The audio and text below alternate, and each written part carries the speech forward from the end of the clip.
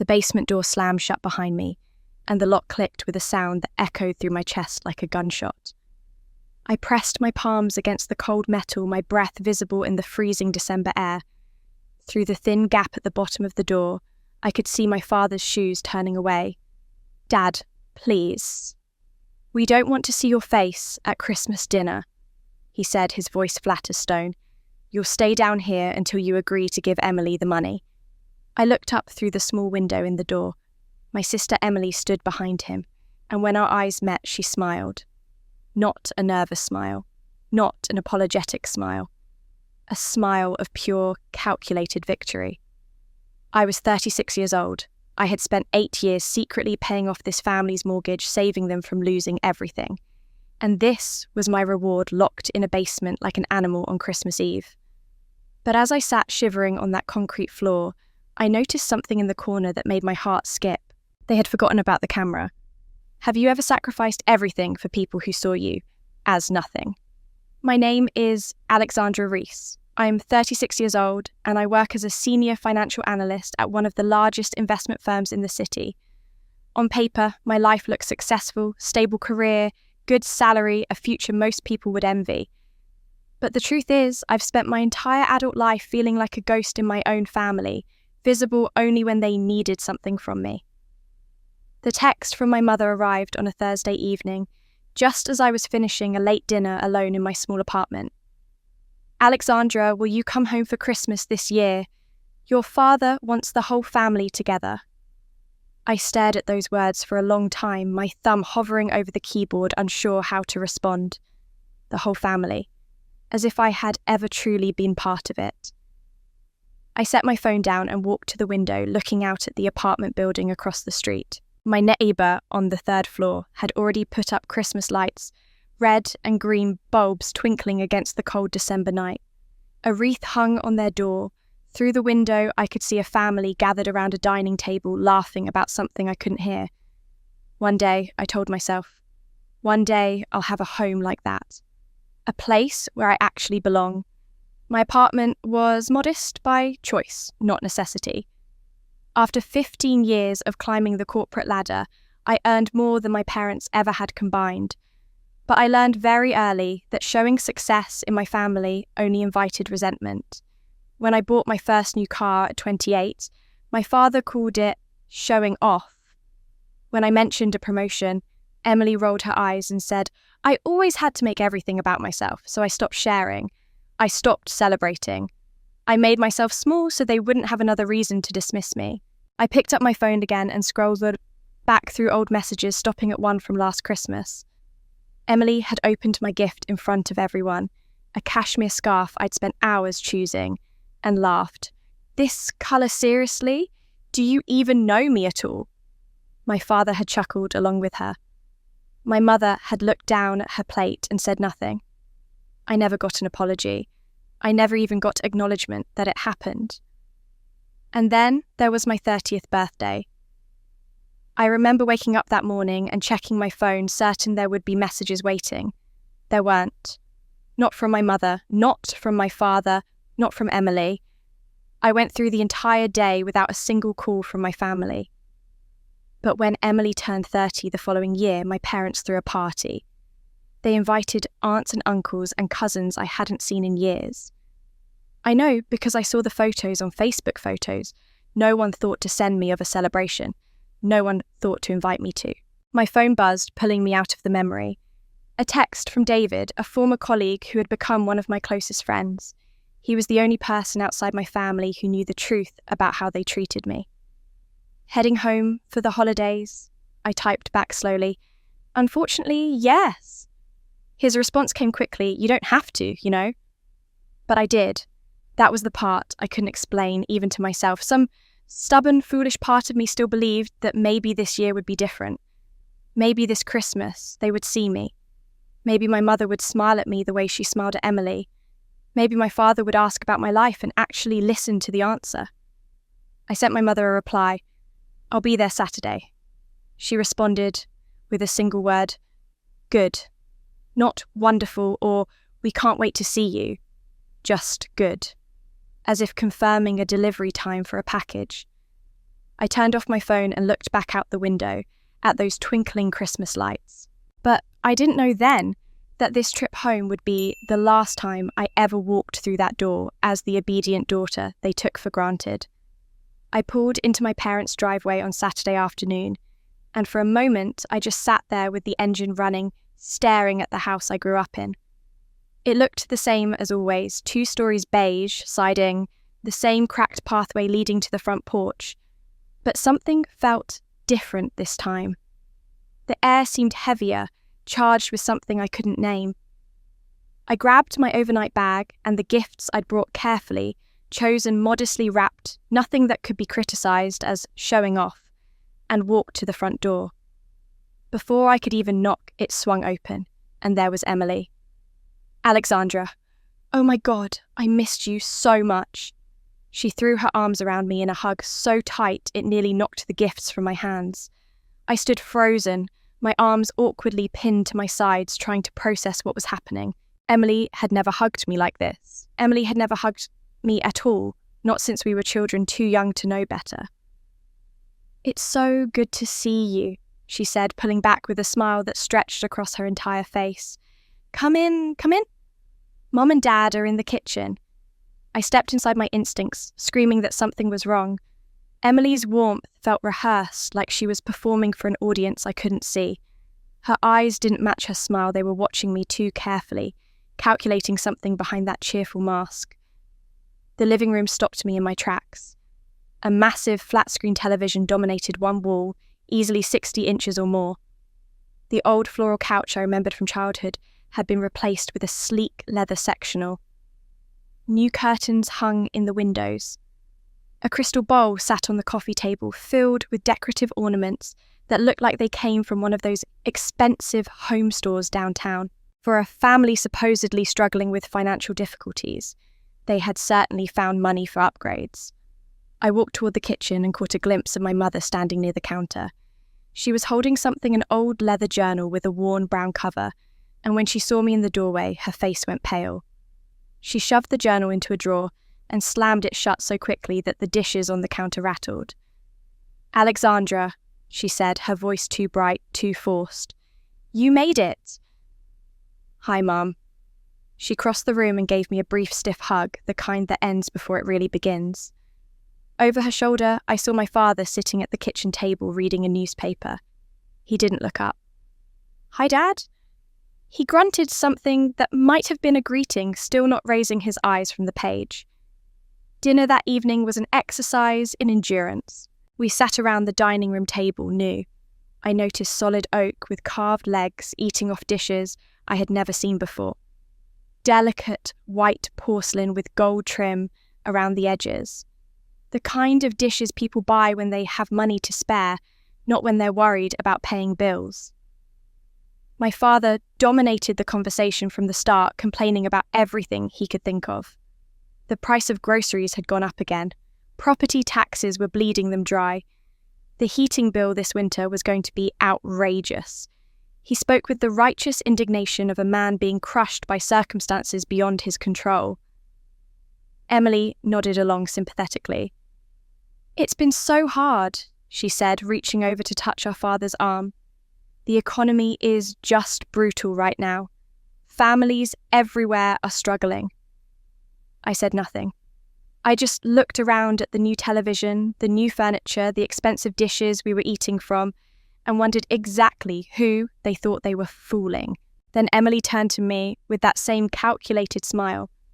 "So, Alexandra, I heard you're doing really well at work these days." She tilted her head, feigning casual interest. "Your salary must be pretty high by now, right? I mean, you've been at that company for 10 years? The question landed like a stone in still water. I felt the ripples spreading outward, felt every eye at the table suddenly focused on me. "I do fine," I said carefully. "Just fine," Emily pressed.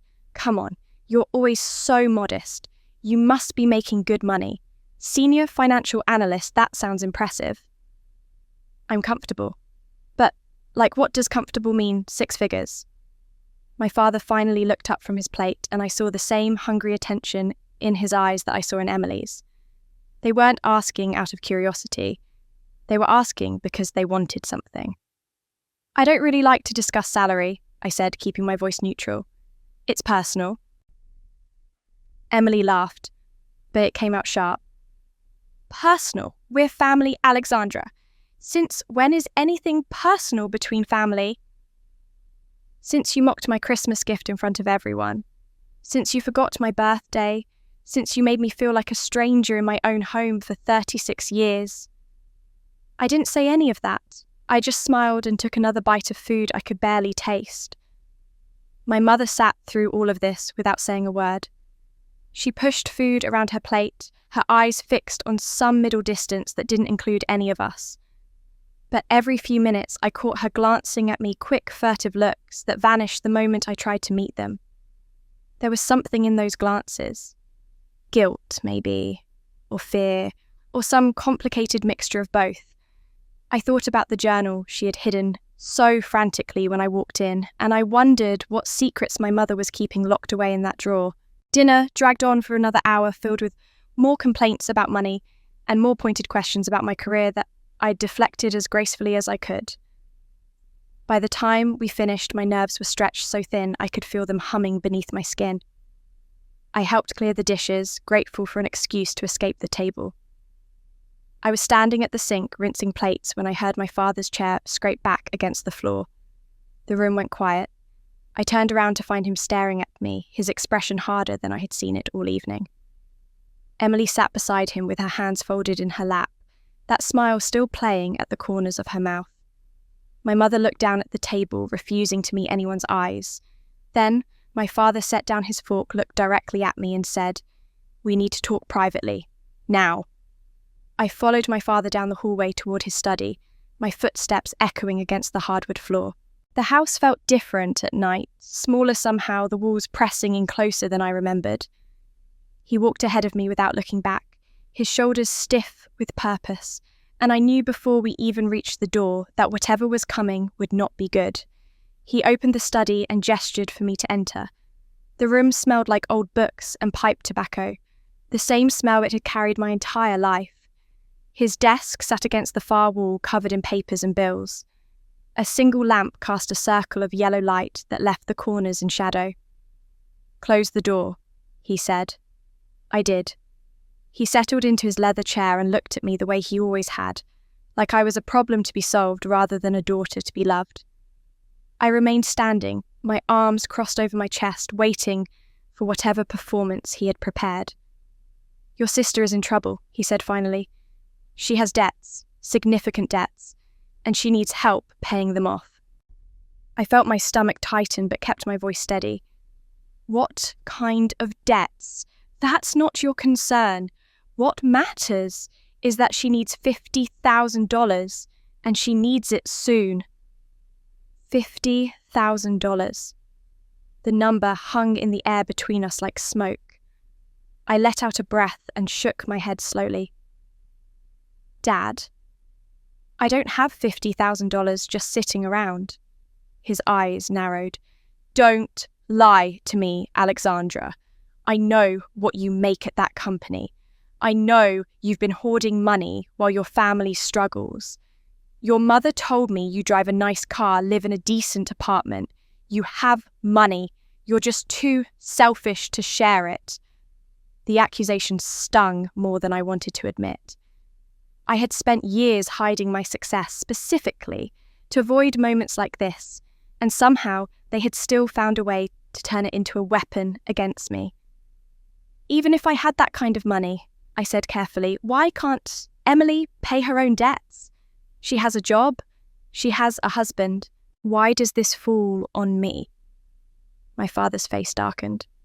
"Because you have no family, no husband, no children. What do you need money for? Emily has responsibilities. She has a future to build. You just have yourself." The words landed like blows, each one precise and brutal. I had heard variations of this argument my entire life, that Emily's needs mattered more because Emily had more to lose, that my independence somehow made me less deserving of consideration. But hearing it stated so plainly still took my breath away.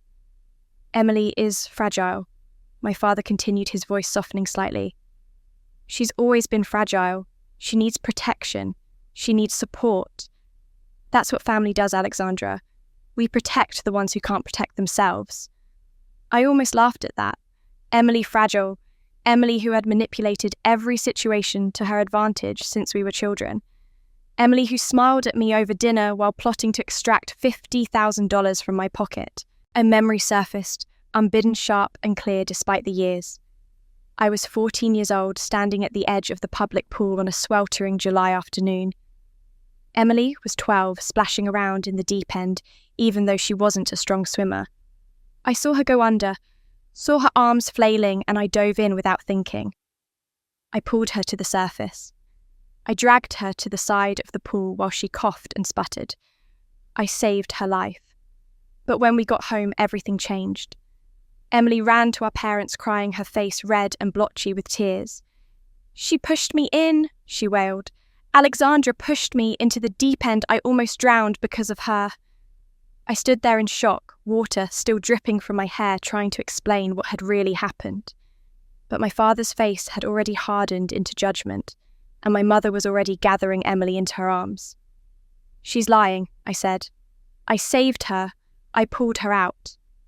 No one listened. No one even considered that Emily might be the one telling lies. I was grounded for the entire summer, confined to my room, while Emily played outside in the sunshine. Every time I tried to defend myself, I was told to stop making excuses. Stop trying to blame my sister for my own actions. That was when I learned the truth about my family. It didn't matter what actually happened. It only mattered what Emily said happened. The truth was whatever she decided it was, and I would always be the villain in her story. Standing in my father's study 22 years later, I realized nothing had changed. I was still expected to sacrifice, still expected to pay for Emily's mistakes, still expected to accept blame I didn't deserve. "I don't have $50,000 to give," I said, and this time I didn't try to soften my voice. "I'm sorry Emily is in trouble, but I can't help her. Not like this." My father rose from his chair so quickly that I took a step back, his face twisted with a rage I had seen many times before, but never directed at me with such intensity. "You've always been selfish," he spat. "Even as a child, you always thought you were better than the rest of us. Too good to help your own family. Too important to sacrifice anything for the people who raised you." "That's not true. Get out of my study." I stared at him, searching for some trace of the father I had once loved, the man who used to carry me on his shoulders and tell me I could be anything I wanted to be. But that man was gone, if he had ever existed at all. The person standing before me now was a stranger who saw me only as a source of money, a resource to be exploited for Emily's benefit. "Fine," I said quietly. "I'll leave in the morning." I walked out of the study with my heart pounding against my ribs, my hands trembling at my sides. The hallway stretched before me, dark and silent, and I wanted nothing more than to grab my bag and drive away into the night, away from this house and these people who had never truly wanted me. But as I passed the study door, I didn't notice the shadow pressed against the wall, just around the corner. I didn't see Emily standing there with her ear tilted toward the conversation she had been listening to from the very beginning, and I had no idea that she had already prepared Plan B. The rest of the evening passed in suffocating silence. We gathered in the living room after my confrontation with my father, pretending to watch television, while the tension hung thick enough to choke on. My father sat in his armchair with his jaw clenched tight, refusing to look in my direction. My mother perched on the edge of the sofa, her hands folded in her lap, her eyes fixed on some distant point that included none of us. And Emily. Emily sat across from me with that mysterious smile playing at the corners of her mouth, watching me like a cat watches a mouse it has already decided to kill. Every few minutes our eyes would meet, and she would tilt her head slightly, almost amused, as if she knew something I didn't. I couldn't take it anymore.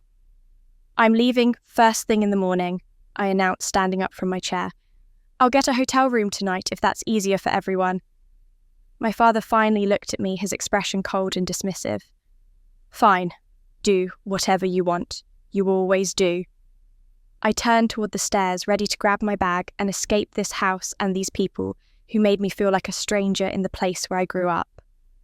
My hand was on the banister when my father's voice stopped me. Wait. I paused but didn't turn around. Before you go running off, make yourself useful. Go down to the basement and get the old Christmas decorations. Your mother wants to put them up tomorrow. Okay. I glanced at my mother, who was still staring at nothing, her face pale and drawn. She didn't confirm or deny the request. She didn't say anything at all. Fine. I said, just wanting to get it over with so I could leave. The basement door was at the end of the hallway, a plain wooden door that had always made me uneasy as a child. The stairs beyond it led down into darkness, into a space that smelled like dust and forgotten things. I flipped the light switch at the top of the stairs, but nothing happened. The bulb must have burned out. I pulled out my phone and turned on the flashlight, then started down the creaking wooden steps. The air grew colder with each step, the kind of damp cold that seeps into your bones. At the bottom, I swept my phone's light across the cluttered space, looking for the boxes of Christmas decorations I remembered from years past. The basement was a mess of old furniture, stacked boxes, and forgotten belongings. I spotted what looked like a decoration box in the far corner, and started making my way toward it, stepping carefully over a broken chair and a pile of musty blankets. Then the door slammed shut above me. The sound was so sudden, so violent, that I dropped my phone. It clattered against the concrete floor, the flashlight spinning wild shadows across the walls, before settling face down, leaving me in near total darkness. I scrambled to pick it up, my heart already racing, and pointed the light toward the stairs. The door at the top was closed. I hadn't heard footsteps, hadn't heard any warning, just that sudden, brutal slam. I climbed the stairs quickly, my breath coming faster now, and pushed against the door. It didn't move. I pushed harder, throwing my shoulder against the wood. Nothing. Then I heard the lock click into place from the other side. Dad? My voice came out higher than I intended, edged with panic I couldn't control. Dad, what's going on? The door is locked. His voice came through the wood, muffled, but unmistakable. I know it's locked. I locked it. What? Why let me out? You'll stay down there until you agree to sign the money transfer for Emily. $50,000. Once you agree, you can come out. I stood frozen on the top step, my mind struggling to process what was happening. This couldn't be real. My own father couldn't actually be locking me in a basement like a prisoner. This was something that happened in movies and nightmares, not in real life, not in the house where I grew up. You can't do this, I said, my voice shaking. This is insane. This is kidnapping. Don't be dramatic. Your family. This is a family matter. I pressed my face close to the crack between the door and the frame, desperate to see something, anything. Through that narrow gap, I could make out the hallway beyond. My father stood with his back to me, his arms crossed over his chest. And behind him, just visible in the dim light, stood Emily. She was smiling. Not a nervous smile, not an uncomfortable smile. A smile of pure, calculated triumph. She had planned this. She had been planning this from the moment I arrived, maybe even before. The warm greeting, the probing questions about my salary, the mysterious glances across the dinner table. It had all been leading to this moment. Emily, I called out. Emily, please, tell him to let me out. She didn't answer. She just stood there watching her smile widening, as if my fear was the most entertaining thing she had seen in years. Then she turned and walked away, disappearing down the hall without a word. My father followed her, his footsteps fading into silence. Mom! I screamed, pounding on the door with both fists. Mom, please help me! No response. No footsteps. Nothing but cold, empty silence. I don't know how long I stood there beating on that door, calling out to people who had no intention of answering. Eventually, my hands ached too much to continue, and my throat was raw from shouting. I sank down onto the top step, my back against the locked door, my body shaking with cold and shock, and something deeper than fear. As my eyes adjusted to the darkness, I noticed something in the corner of the basement, a small red light blinking steadily in the shadows. I made my way down the stairs and across the cluttered floor, my phone's flashlight guiding me toward that tiny beacon. It was a security camera, old, dusty, mounted near the ceiling. We had installed it years ago after a break-in attempt. I remembered because it had been my suggestion, my idea to add some security to the basement, where we kept valuable items. The family had apparently forgotten it existed over the years, but I remembered, and that blinking red light told me it was still recording. I sat down on the cold concrete floor, wrapping my arms around myself for warmth that wouldn't come. Above me, the house was silent. My family had locked me in a basement on Christmas Eve and walked away without a second thought. For the first time in my life, I understood with perfect clarity this family never loved me. They never had. And that camera was recording everything. The basement grew colder as the hours crept by. I found an old blanket buried under a pile of forgotten boxes and wrapped it around my shoulders, but it did little to stop the shivering. The cold had seeped into my bones, into my blood, into the deepest parts of me, where warmth should have lived. I sat with my back against the wall, staring into the darkness, listening to the silence of a house that had locked me away like a shameful secret. Somewhere above me, my family was going about their evening. Maybe watching television, maybe eating a late snack in the kitchen, maybe sleeping peacefully in their beds while I sat on concrete trapped like an animal. In the quiet and the cold, memories began to surface. Not the happy ones, if there had ever been any. The other ones. The ones I had buried deep because looking at them too closely hurt too much. 10 years ago, I received a job offer that could have changed my entire life.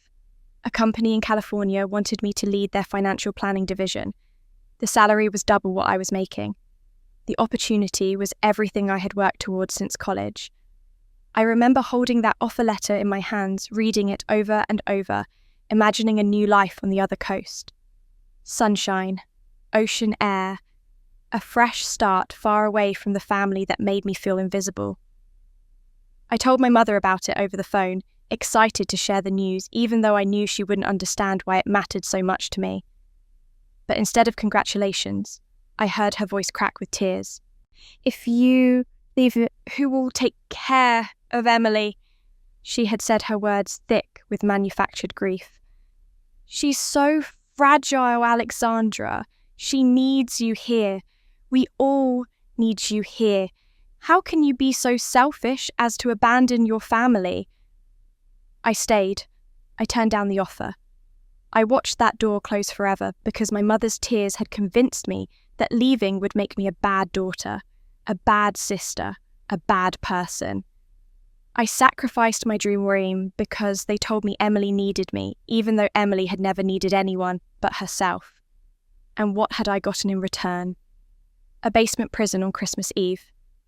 Another memory surfaced sharper and more painful than the first. 8 years ago, my father sat me down in his study with a face I had never seen before. He was pale, sweating, his hands trembling, as he explained what he had done. Gambling. A debt that had spiraled beyond his control. $80,000 owed to people who didn't accept excuses. The bank was threatening to foreclose on the house. My parents would lose everything. My mother would be devastated. Emily would be homeless. I had the money. I had been saving for years, building a safety net, preparing for a future I wasn't sure would ever arrive. And when my father actually begged me with tears in his eyes, I gave it to him. All of it. $80,000 to pay off his debts and save the family home. I made only one condition no one could ever know. I didn't want credit or gratitude. I just wanted it to be over. I wanted my father to get help to change to become the man I still foolishly believed he could be. He promised. He swore on his life that he would never gamble again, that he would be better, that he would make me proud. He lied. I found out later that he was back at the casino within 6 months. The debt I paid off was just one of many. The hole he had dug was so deep that my money barely made a dent. And now, 8 years later, here he was again, demanding more. Demanding $50,000 this time for Emily's problems, whatever those were. Locking me in a basement when I refused to open my wallet again. This was the second time they had backed me into a corner. The second time they had taken everything I had to give and asked for more.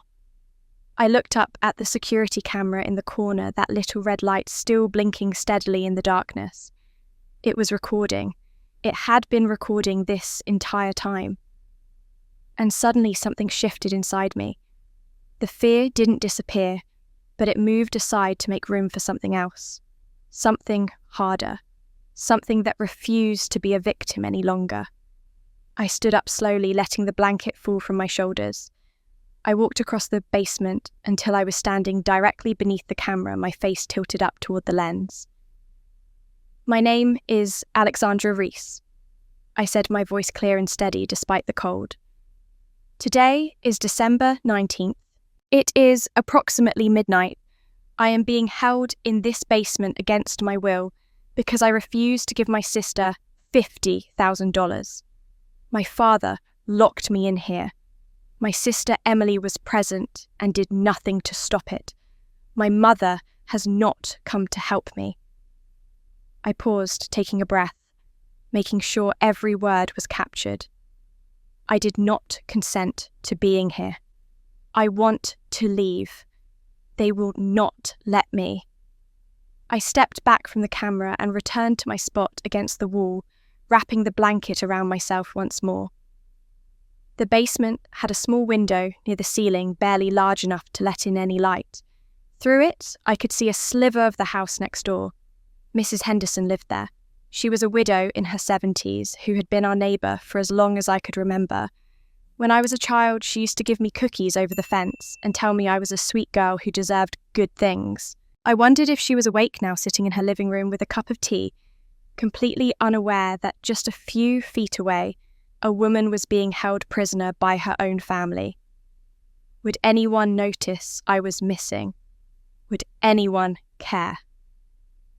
The hours dragged on, each one longer than the last. I drifted in and out of a restless half-sleep, too cold and too afraid to truly rest. Every creak of the house above me made my heart jump. Every footstep sent adrenaline rushing through my veins. But no one came to the door. No one came to let me out. Eventually, the darkness beyond the tiny window began to lighten. Grey dawn crept across the sky, pale and cold, seeping into the basement, like water through cracks. I watched the light grow my body stiff and aching from a night spent on concrete. It was 6 a.m. on December 20th. I had been locked in this basement for 8 hours. Then I heard it. A sound from upstairs that made me scramble to my feet, my heart pounding with sudden, desperate hope. The doorbell was ringing. The doorbell rang again, longer this time, more insistent. I pressed my ear against the basement door, straining to hear what was happening above me. Footsteps crossed the floor overhead, heavy and hurried. My father's voice rumbled through the ceiling, too muffled to make out the words. Then I heard other voices, unfamiliar voices, official voices. I started banging on the door with both fists, screaming as loud as my raw throat would allow. "Help! I'm down here! Help me!" The footsteps stopped. I heard my father saying something, his tone rising, with what sounded like forced calm. Then another voice cut through, deeper and more authoritative. "Sir, we received a report of a disturbance at this address. We need to come inside and make sure everyone is safe." My heart nearly burst with hope. I pounded on the door again. "I'm in the basement. They locked me in here." There was a pause, then the sound of multiple footsteps entering the house. I heard my father's voice again, closer now, speaking rapidly. "Officers, this is all a misunderstanding. That's my daughter down there. She went to get some Christmas decorations and the door got stuck.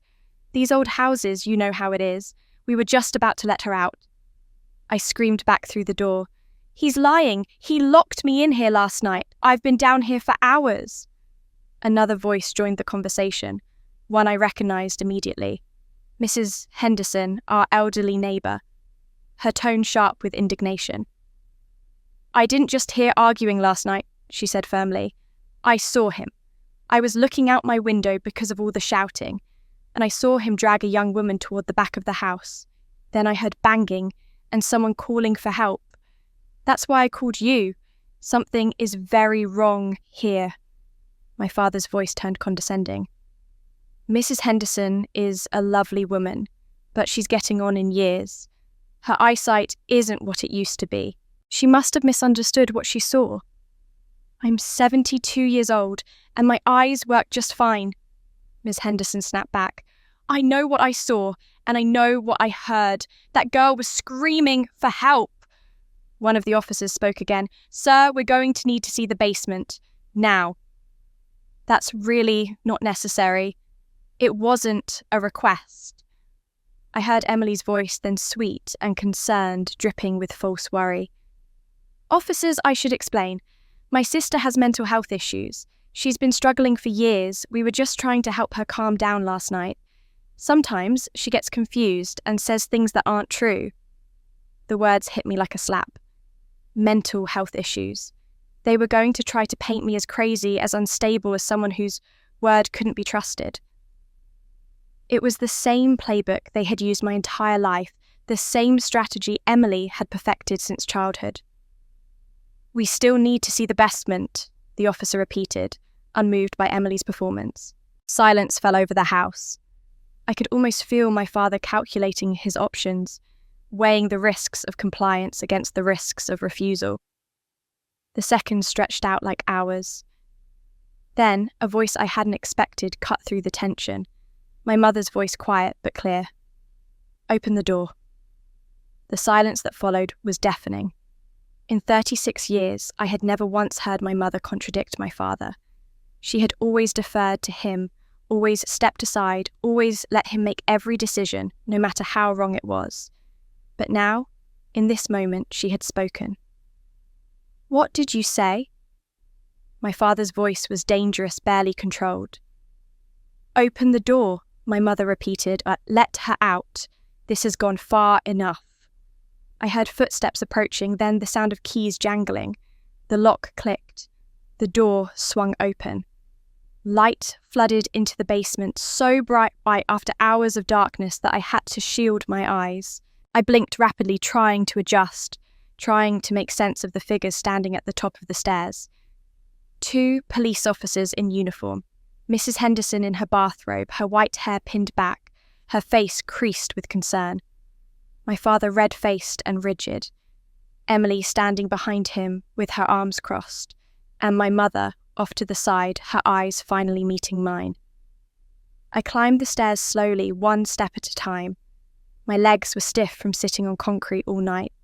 My body ached, my throat burned, but I kept my face calm, controlled, revealing nothing of the storm raging inside me. When I reached the top, I stepped into the hallway and looked around at the faces staring back at me. Mrs. Henderson reached out and touched my arm gently. "Are you all right, dear?" I nodded, not trusting my voice yet. My father cleared his throat. "As I said, officers, this was all a misunderstanding. The door got stuck. My daughter is fine. There's no need to make a big deal out of this." One of the officers, a woman with short dark hair and sharp eyes, looked at me directly. "Ma'am, can you tell us what happened?" I took a breath, feeling the weight of everyone's attention. Emily's eyes were boring into me silently, warning me not to say anything that would make the family look bad.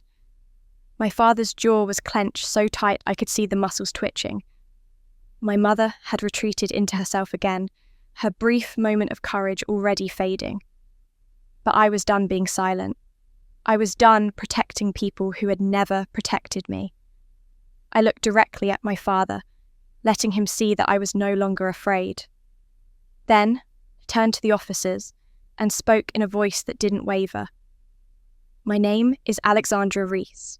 Last night my father asked me to go into the basement to get Christmas decorations. When I went down, he closed the door behind me and locked it. He told me I would stay there until I agreed to give my sister $50,000. Emily made a sound of outrage. That's not what happened. The officer held up a hand to silence her, keeping her attention on me. Go on. I was locked in that basement for approximately 8 hours. I called for help multiple times. No one came. My father and sister both knew I was down there and chose to leave me. The officer nodded slowly, her expression unreadable, but her eyes sharp. And you're saying this was against your will? You didn't agree to stay down there? I want to report being held against my will, I said clearly. I want this documented. I want it on record. The room fell completely silent. My father's face had gone from red to white. Emily's calculated mask had slipped, revealing something uglier underneath. And for the first time in my life, I felt something I had never felt before in this house. Power. The female officer gestured toward the living room. Why don't we all sit down and discuss this calmly? It wasn't a suggestion. My father opened his mouth to protest, but something in the officer's expression made him think better of it. We moved into the living room like a strange procession, each of us taking positions that felt more like battle lines than family seating. I sat on one end of the leather sofa, Mrs. Henderson beside me, with her hand resting gently on my arm. The officers stood near the doorway, notepads ready. My father lowered himself into his armchair, gripping the armrests like a king defending his throne. Emily perched on the opposite sofa, and my mother hovered near the window, looking like she wanted to disappear through the glass. Start from the beginning, the female officer said, her pen poised over the notepad. Tell us exactly what happened. I told them everything. I kept my voice steady and my words precise. I explained how I had arrived the day before for what I thought was a family Christmas visit. I described the dinner conversation, the pointed questions about my salary, the growing sense that something was wrong. I recounted my father calling me into his study and demanding $50,000 to pay off Emily's debts. I told them how I refused, how he erupted in anger, how I announced I would leave in the morning. Then, I described going to the basement at my father's request, the door slamming behind me, the lock clicking into place. I told them about the long, cold night on the concrete floor, about screaming for help that never came. When I finished, the room was silent. The officers exchanged a look I couldn't quite read. Then Emily burst into tears. She's lying, she wailed, her face contorting with practiced anguish. She's always been like this. She has mental problems. She's had them since we were kids. She makes things up for attention. She probably locked herself down there just to make us look bad. The performance was impressive. Tears streamed down her cheeks. Her voice trembled with wounded innocence. If I hadn't known her my entire life, I might have believed it myself. But I did know her. I knew every trick, every manipulation, every false tear she had ever shed to get what she wanted. I turned to face her, and when I spoke, my voice was soft but carried an edge sharp enough to cut. Emily, when was the last time you locked someone in a dark room? She blinked, thrown off by the question. What? I've never... Oh, wait. I continued, tilting my head thoughtfully. Maybe Mrs. Henderson remembers. What happened to her cat, Tommy, when you were 12? The colour drained from Emily's face so fast it was almost comical. Her mouth opened and closed, but no words came out. She looked like a fish, pulled suddenly from water, gasping for air that wouldn't come. Mrs. Henderson straightened beside me, her gentle demeanour hardening into something steelier. I remember, she said, her voice carrying clearly through the room. My cat Tommy went missing for 3 days. I searched everywhere, put up flyers, cried myself sick with worry. She turned to look directly at Emily. Then I found him locked in your family's garden shed, half-starved, dehydrated, terrified. Your sister, Alexandra, was the one who heard him crying and let him out. Emily's tears had stopped completely. She stared at Mrs. Henderson with undisguised hatred. I never did find out how he got locked in there, Mrs. Henderson continued, But I always had my suspicions. The room fell into another heavy silence. The officers were watching Emily now with new interest, their expressions shifting from neutral to sceptical. Her performance had cracked, and through the cracks something uglier was showing. My father stood up abruptly, his chair scraping against the floor. This is ridiculous. Ancient history about a cat has nothing to do with anything. This is a family matter, and I won't have strangers coming into my home and making accusations. The male officer stepped forward. Sir, I need you to sit down. This is my house, and holding someone against their will is a crime. The female officer cut in, her voice firm. Not a family matter, a crime. Now please, sit down and let us do our job. My father's face flushed crimson. For a moment I thought he might actually challenge, the officers might do something stupid enough to make this situation even worse. But some survival instinct kicked in, and he slowly lowered himself back into his chair, his jaw clenched tight enough to crack teeth. I watched him struggle to maintain control, watched the realization dawn that his authority meant nothing in this room. The police didn't care that he was the head of the household. They didn't care about his demands or his temper or his certainty that he was always right. There's something else, I said, drawing everyone's attention back to me. Something that might help clear up any confusion about what really happened. My father's eyes narrowed. What are you talking about, Barn? The basement has a security camera, I said calmly. We installed it years ago after someone tried to break into the house. It's in the corner near the ceiling. Small, easy to forget about. I paused, watching my father's face. But it's still there. And the red light was blinking all night. The transformation in my father's expression was remarkable. The angry red faded to a sickly grey. His eyes widened. His mouth fell open slightly. He had forgotten. After all these years, he had completely forgotten that camera existed. Emily looked at him in horror. Dad, you said, "Shut up," he hissed. I reached into my pocket and pulled out my phone. My hands were steady as I opened the app connected to the old security system, the same app I had installed years ago when we first set up the cameras. The footage was stored in the cloud, automatically backed up completely beyond my father's reach. I found the file from last night and held up the screen so everyone could see. The timestamp read December 19th, 10:47 p.m. The footage showed the basement door opening, showed my father's hand shoving me inside, showed the door slamming shut. Would you like to see what really happened last night? I asked, looking directly at the officers. Because I have the whole thing recorded. The female officer took my phone and held it so both she and her partner could see the screen. I watched their faces as the footage played, watched their expression shift from professional neutrality to something harder, more concerned. The video quality wasn't perfect, but it was clear enough. The timestamp in the corner read 10:47 p.m. The basement door swung open, and there I was, stepping down onto the first stair with my phone flashlight illuminating the way ahead. Then a figure appeared behind me, my father. His hand shot out and shoved me forward hard enough that I stumbled down several steps. The door slammed shut, the lock clicked, but it was what came next that made the officers lean in closer. Voices, muffled by the door, but still audible, still damning. Leave her there, overnight. Emily's voice unmistakable even through the slight distortion. By morning she'll agree to sign. She's always been weak. She'll cave. My father's response came through just as clearly. She has money, but she's stingy. We raised her. We fed her. We put a roof over her head. That money belongs to us. She owes us. Then Emily laughed. A cold, cruel sound that echoed through the phone's tiny speaker and filled the silent living room. She always thought she was better than me, walking around like she's so successful, so independent. She deserves this. Let her sit in the dark and think about what happens when you say no to family.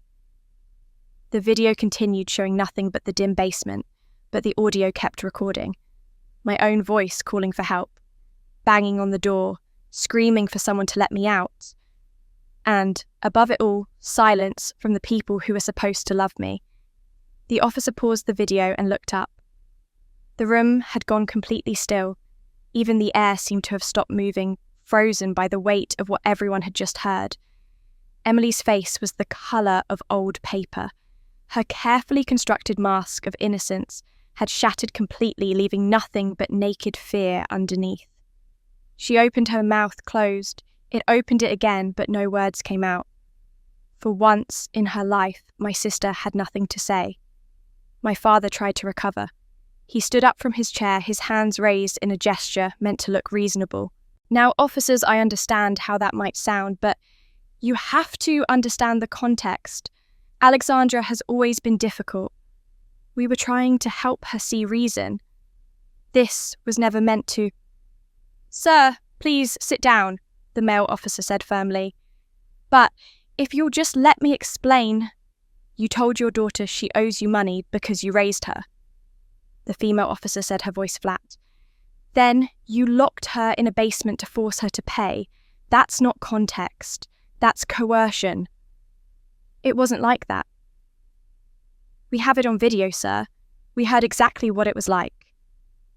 My father's explanations kept tumbling out, each one contradicting the last. First, he claimed the door had gotten stuck accidentally. Then, he admitted he closed it, but said it was only for a few minutes to let everyone cool down. Then he insisted that Alexandra had agreed to stay down there, that she was being dramatic, that she could have left at any time. The officers exchanged another look, their pens moving steadily across their notepads, documenting every shifting story, every transparent lie. I sat quietly through all of it, letting my father dig his own grave with every word. There was nothing I needed to add. The video had said everything. His own voice had condemned him more thoroughly than any accusation I could make. Emily finally found her voice, though it came out small and desperate. "That video is edited. She must have tampered with it.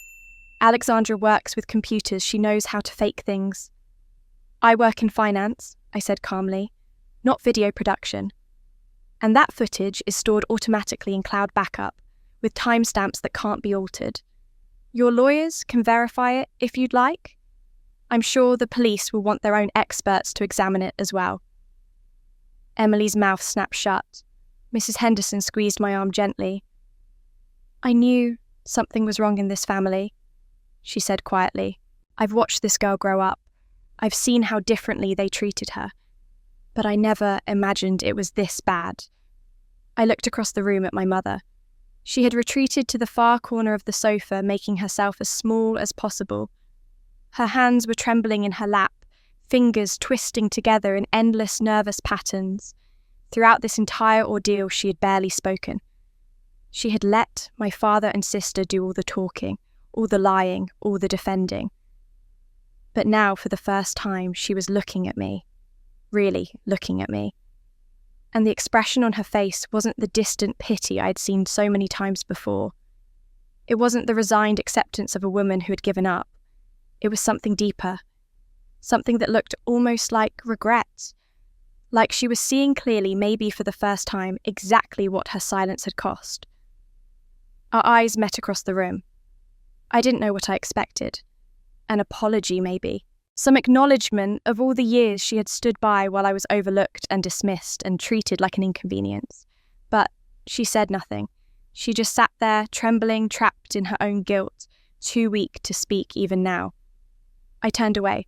My phone buzzed in the officer's hand. She glanced at the screen, then handed it back to me. "You have a notification." I looked down at the email that had just arrived. A reminder from my bank about the monthly mortgage payment. The mortgage I had been paying for 8 years. The mortgage that kept this house, this family from falling into ruin. I stared at that notification, and something clicked into place in my mind. A piece of leverage I had almost forgotten I held.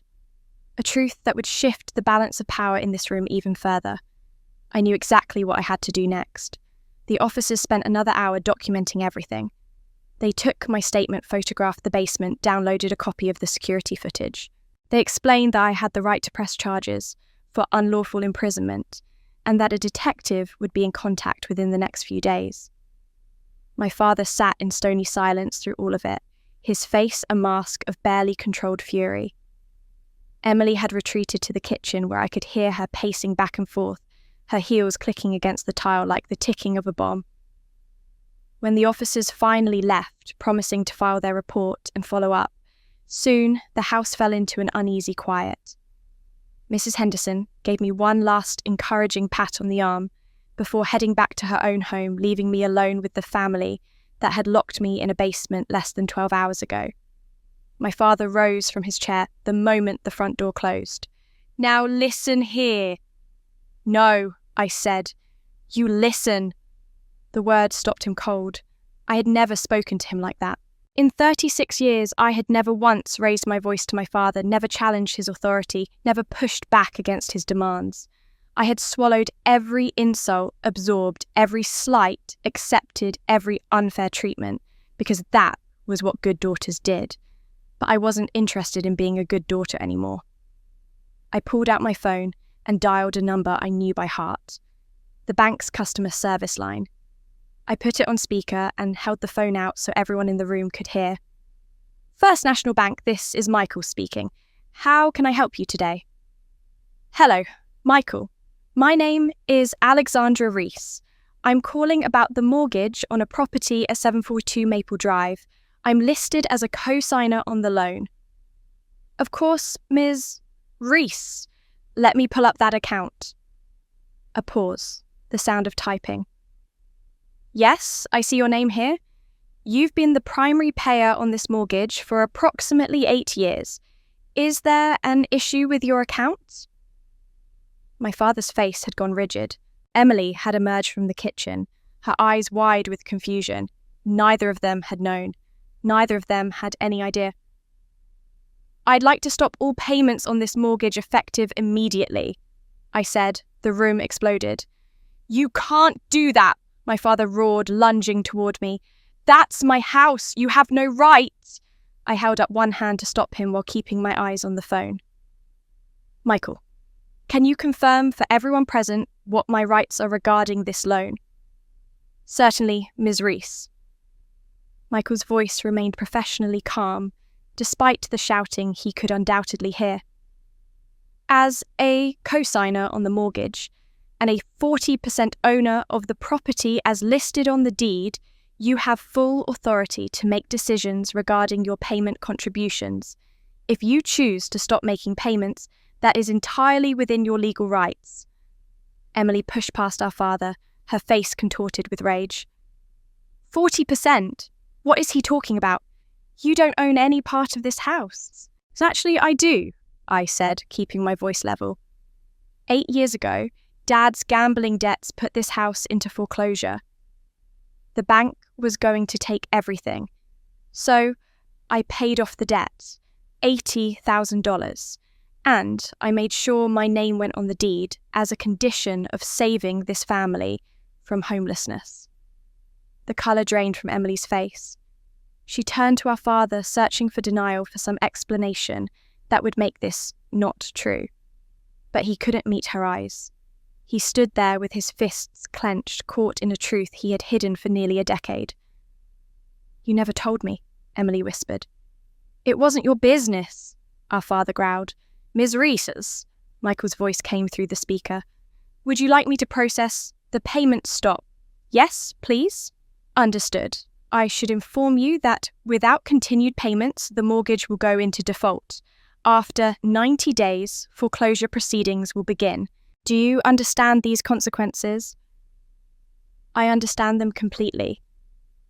"Very well. The payment stop has been processed.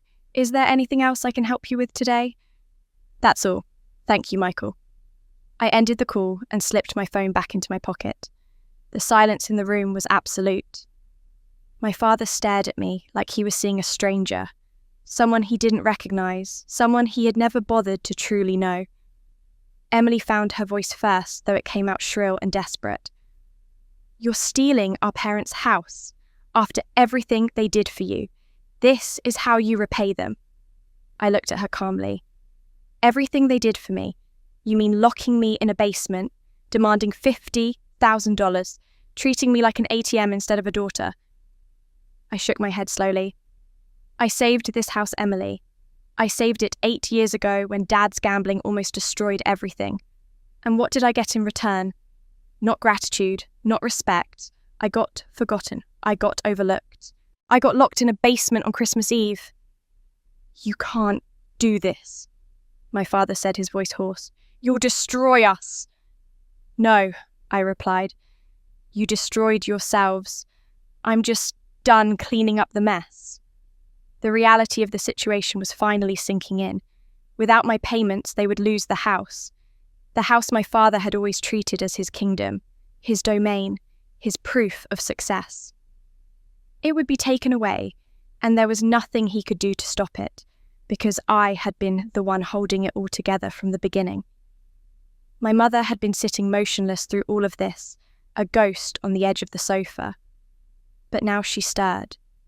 She rose slowly to her feet, her movements uncertain, like someone waking from a long sleep. She walked toward me, ignoring my father's sharp look of warning. When she reached me, she stopped, her hands clasped together in front of her chest. "I need to talk to you," she said quietly. "Alone. Please." We sat in my car, parked in the driveway, with the engine running for heat.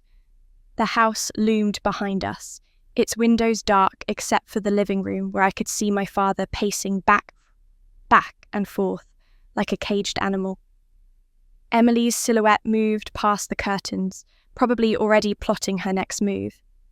My mother sat in the passenger seat with her hands folded in her lap, staring straight ahead at nothing.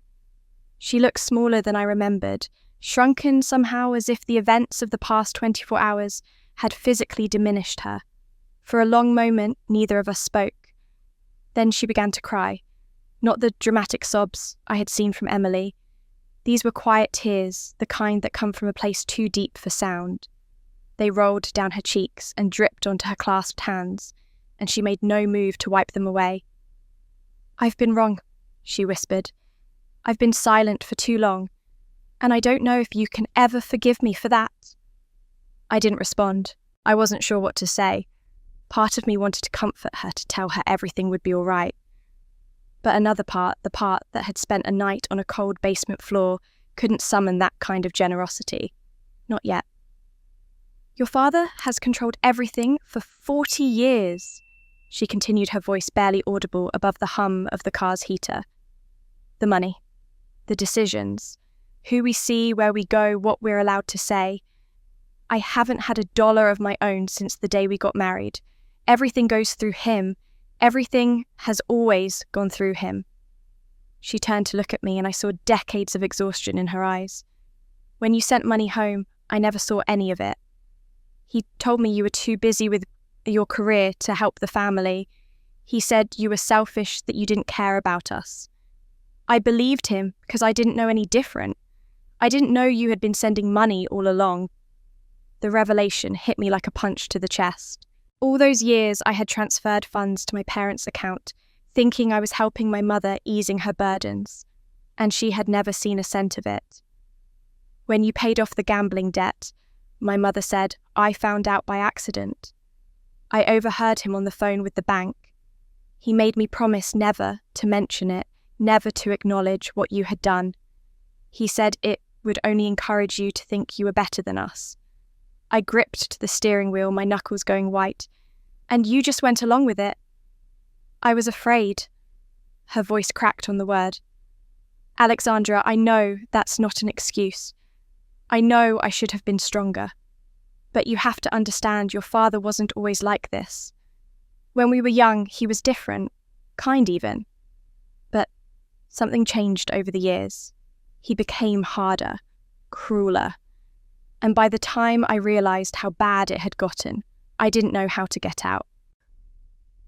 I looked at my mother, really looked at her, and for the first time I saw her, not as the woman who had chosen Emily over me, but as someone who had never been allowed to choose at all. She was as much a prisoner in that house as I had been in the basement. The only difference was that her prison had no visible locks.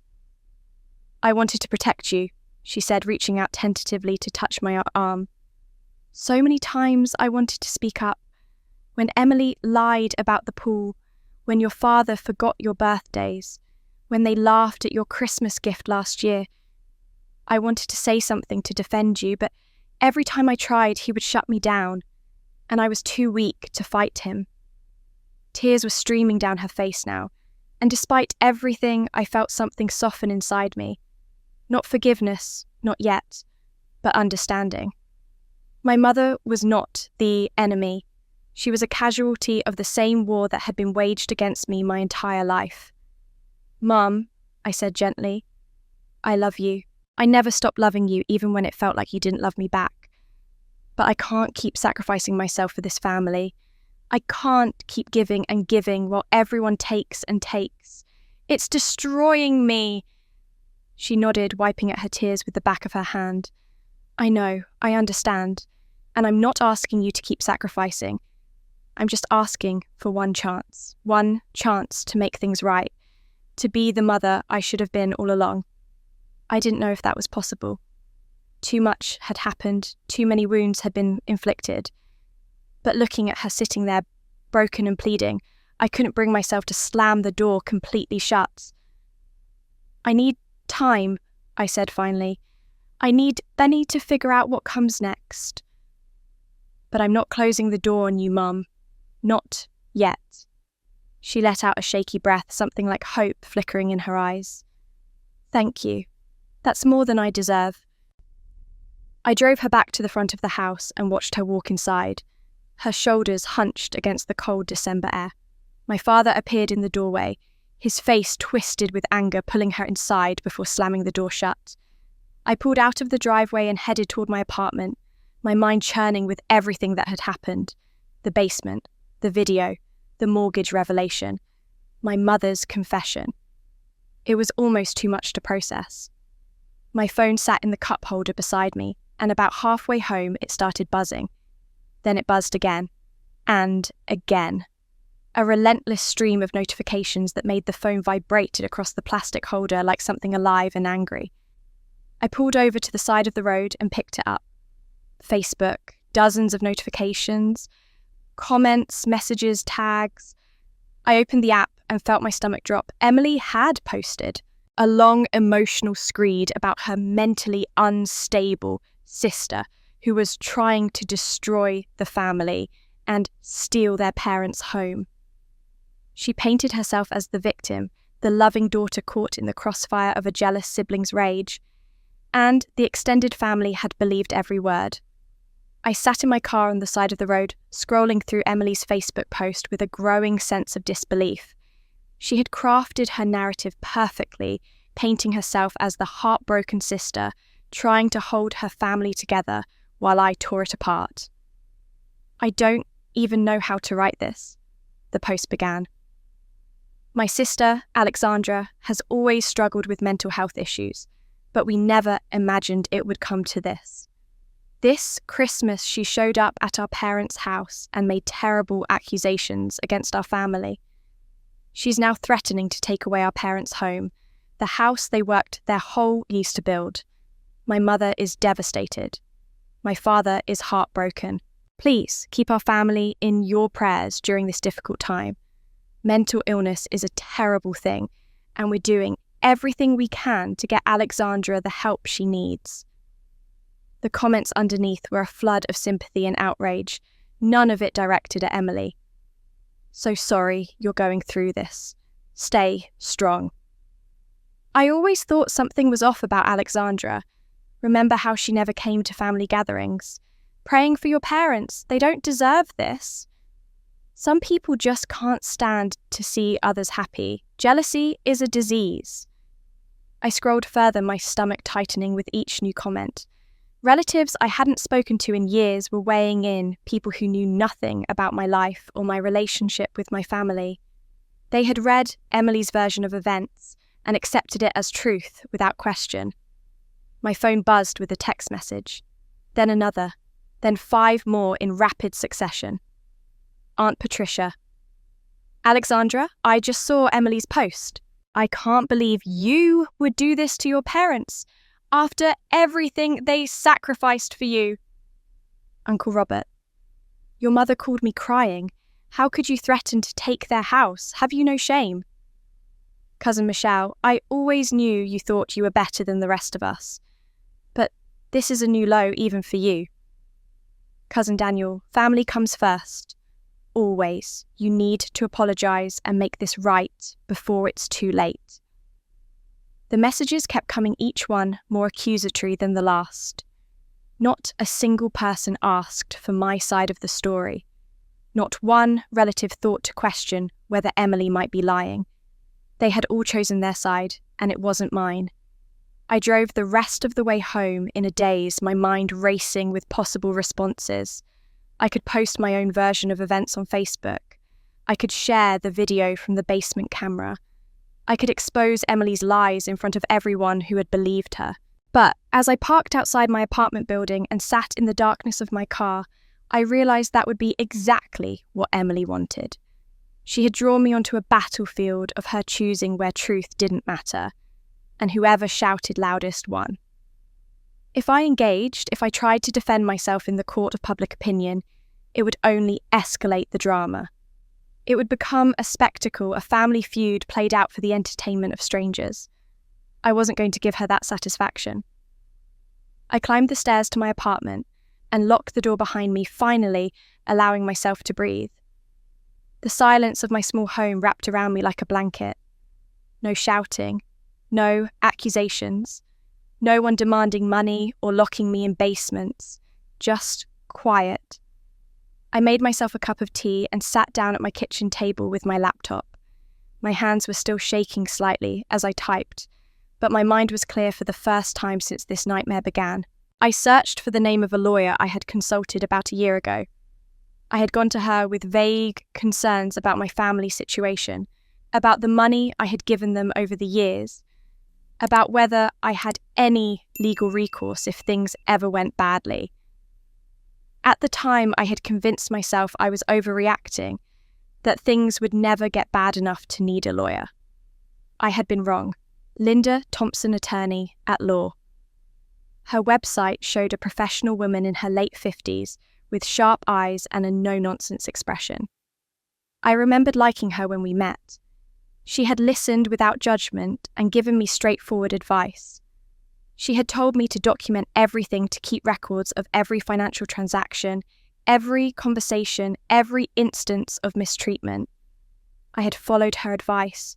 I had files going back years, bank statements showing every payment I made on the mortgage, records of the money I sent home that my mother never saw, screenshots of text messages, notes from conversations, and now video footage of my own father locking me in a basement.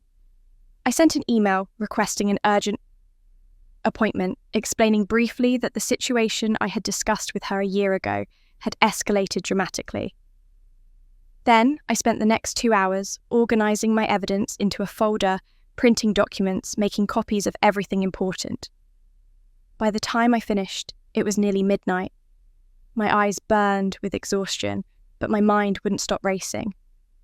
I kept thinking about Emily's post, about all the people who believed her, about the family that had turned against me without hearing a single word from my side. My phone buzzed again, and I almost didn't look at it.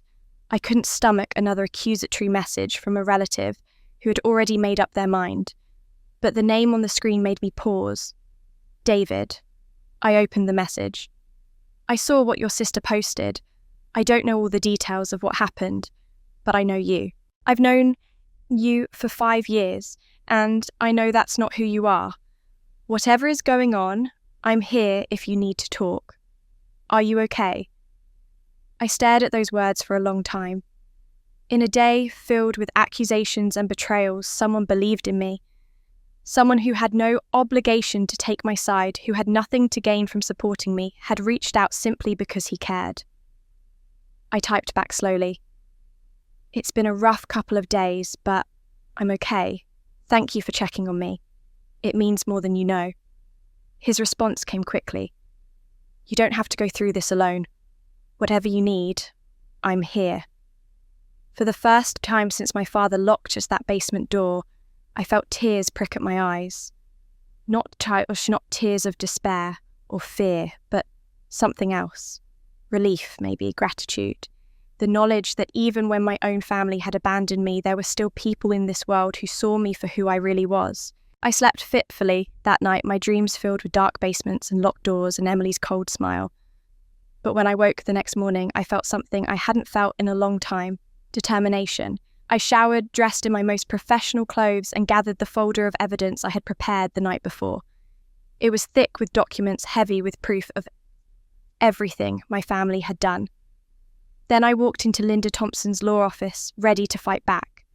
Linda Thompson's office was on the 3rd floor of a brick building downtown, the kind of place that felt solid and permanent.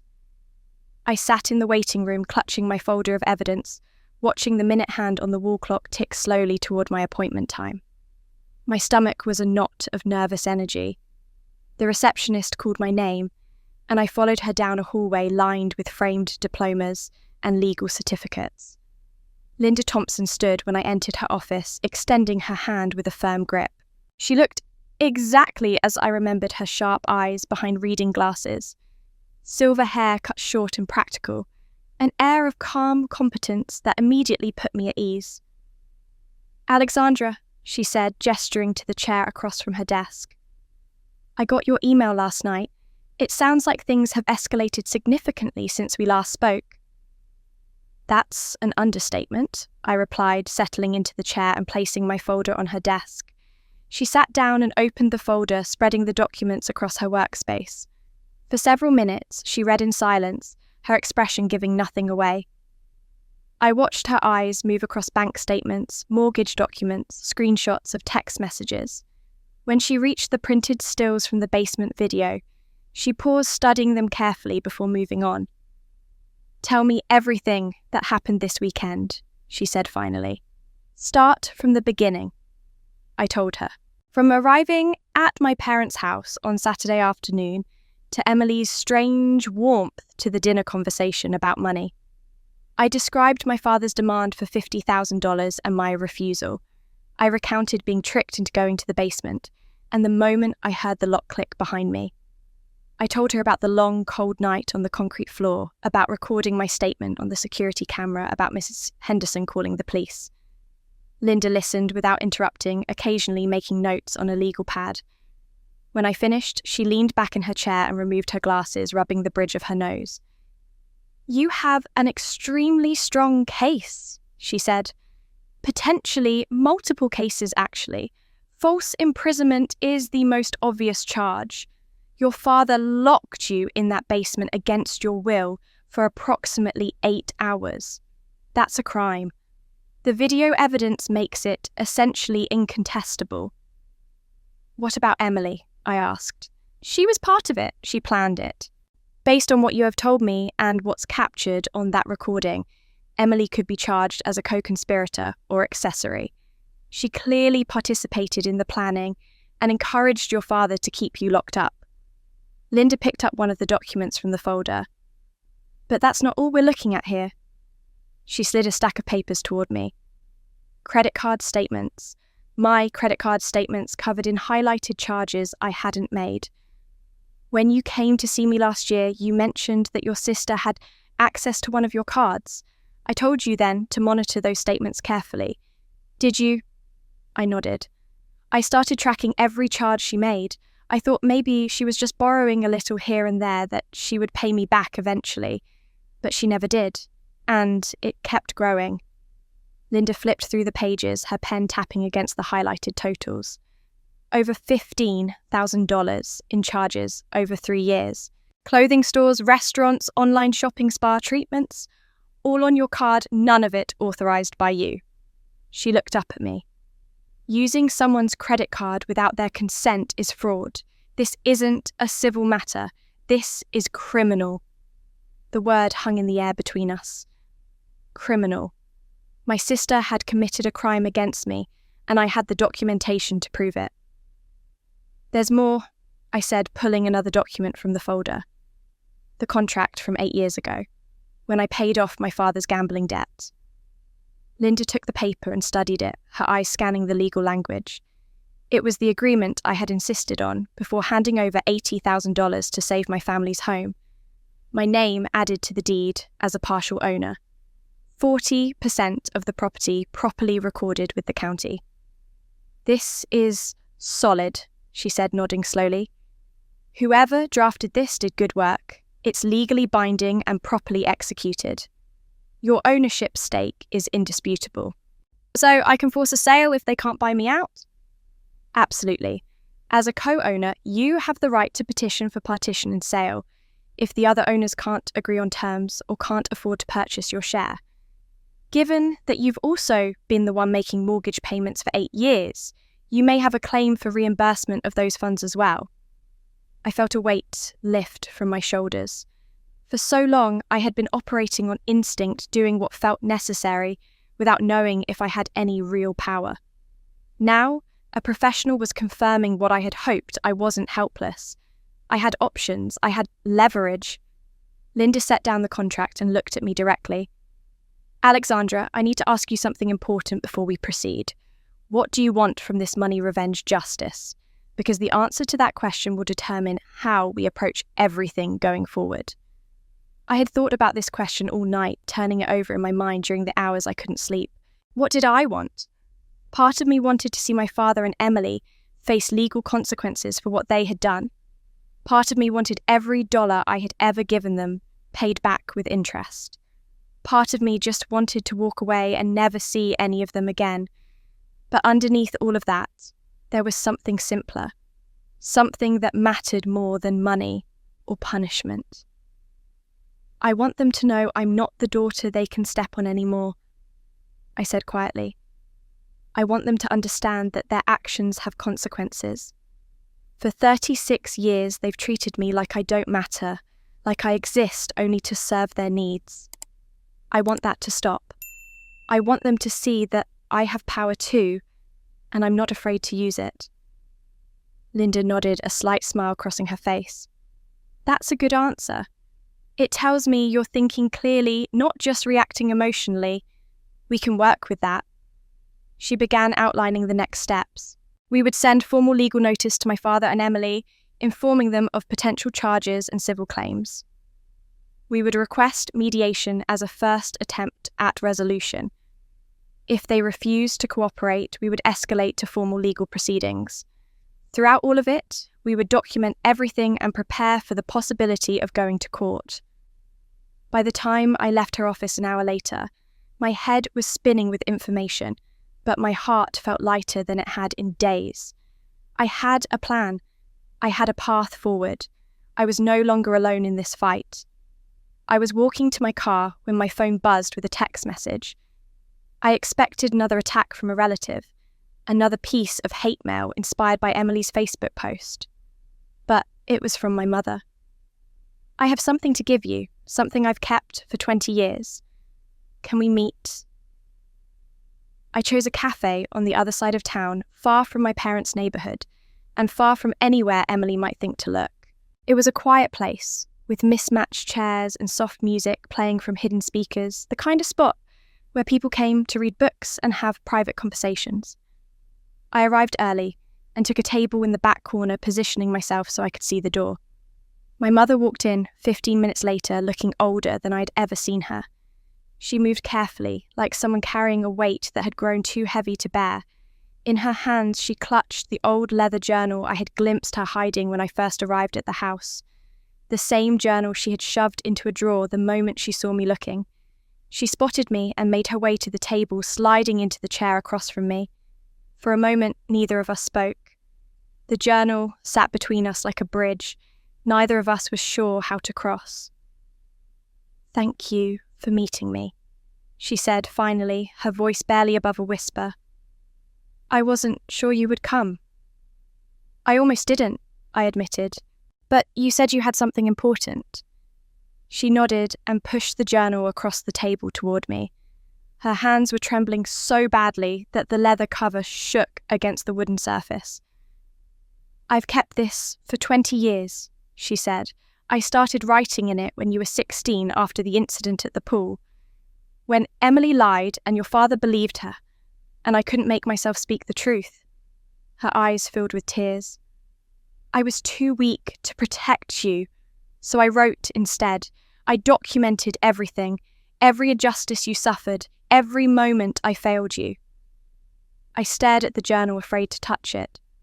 I didn't know what I would find inside, didn't know if I was ready to see my pain reflected back at me through my mother's eyes. "Read it," she urged gently. "Please, I need you to understand."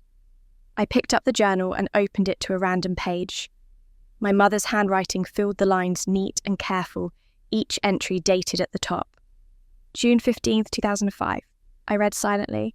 Alexandra saved Emily from drowning today at the public pool. She dove in without hesitating and pulled her sister to safety. But when they got home, Emily cried and told us that Alexandra pushed her in. My husband believed every word. He grounded Alexandra for the entire summer. I wanted to speak the truth. I knew what really happened. I saw the fear on Alexandra's face when she pulled Emily out of that water. But when I tried to say something, he told me to be quiet, that I was undermining his authority. My heart felt torn apart. My daughter saved her sister's life, and she is being punished for it. What kind of mother lets this happen? My throat tightened. I turned to another page. December 20th, 2010. Today is Alexandra's birthday. She turned 24. No one remembered except me. Her father said nothing. Emily didn't even send a text message. I baked a small cake in secret and left it outside her bedroom door before she woke up. I didn't sign it because I was afraid my husband would find out and be angry that I was showing Alexandra attention. I hope she knows I didn't forget. I hope she knows someone in this family still sees her. I remembered that cake. I had found it on my birthday morning and assumed it was some kind of mistake, maybe leftovers from a party for someone else. I never imagined my mother had made it for me in secret, too afraid of my father to even sign her name. I turned more pages, each entry a window, into years of silent witnessing. March 8th, 2014. Alexandra came home for Easter. Emily spent the whole dinner criticising her clothes, her hair, her job. My husband laughed along. Alexandra said nothing, just sat there taking it, and I could see something dying in her eyes. I wanted to tell Emily to stop. I wanted to tell my husband that this was wrong. But I just sat there like I always do, a coward in my own home. January 3rd, 2016. Alexandra paid off her father's gambling debt today. $80,000. I wasn't supposed to know, but I overheard him on the phone with the bank. She saved our house.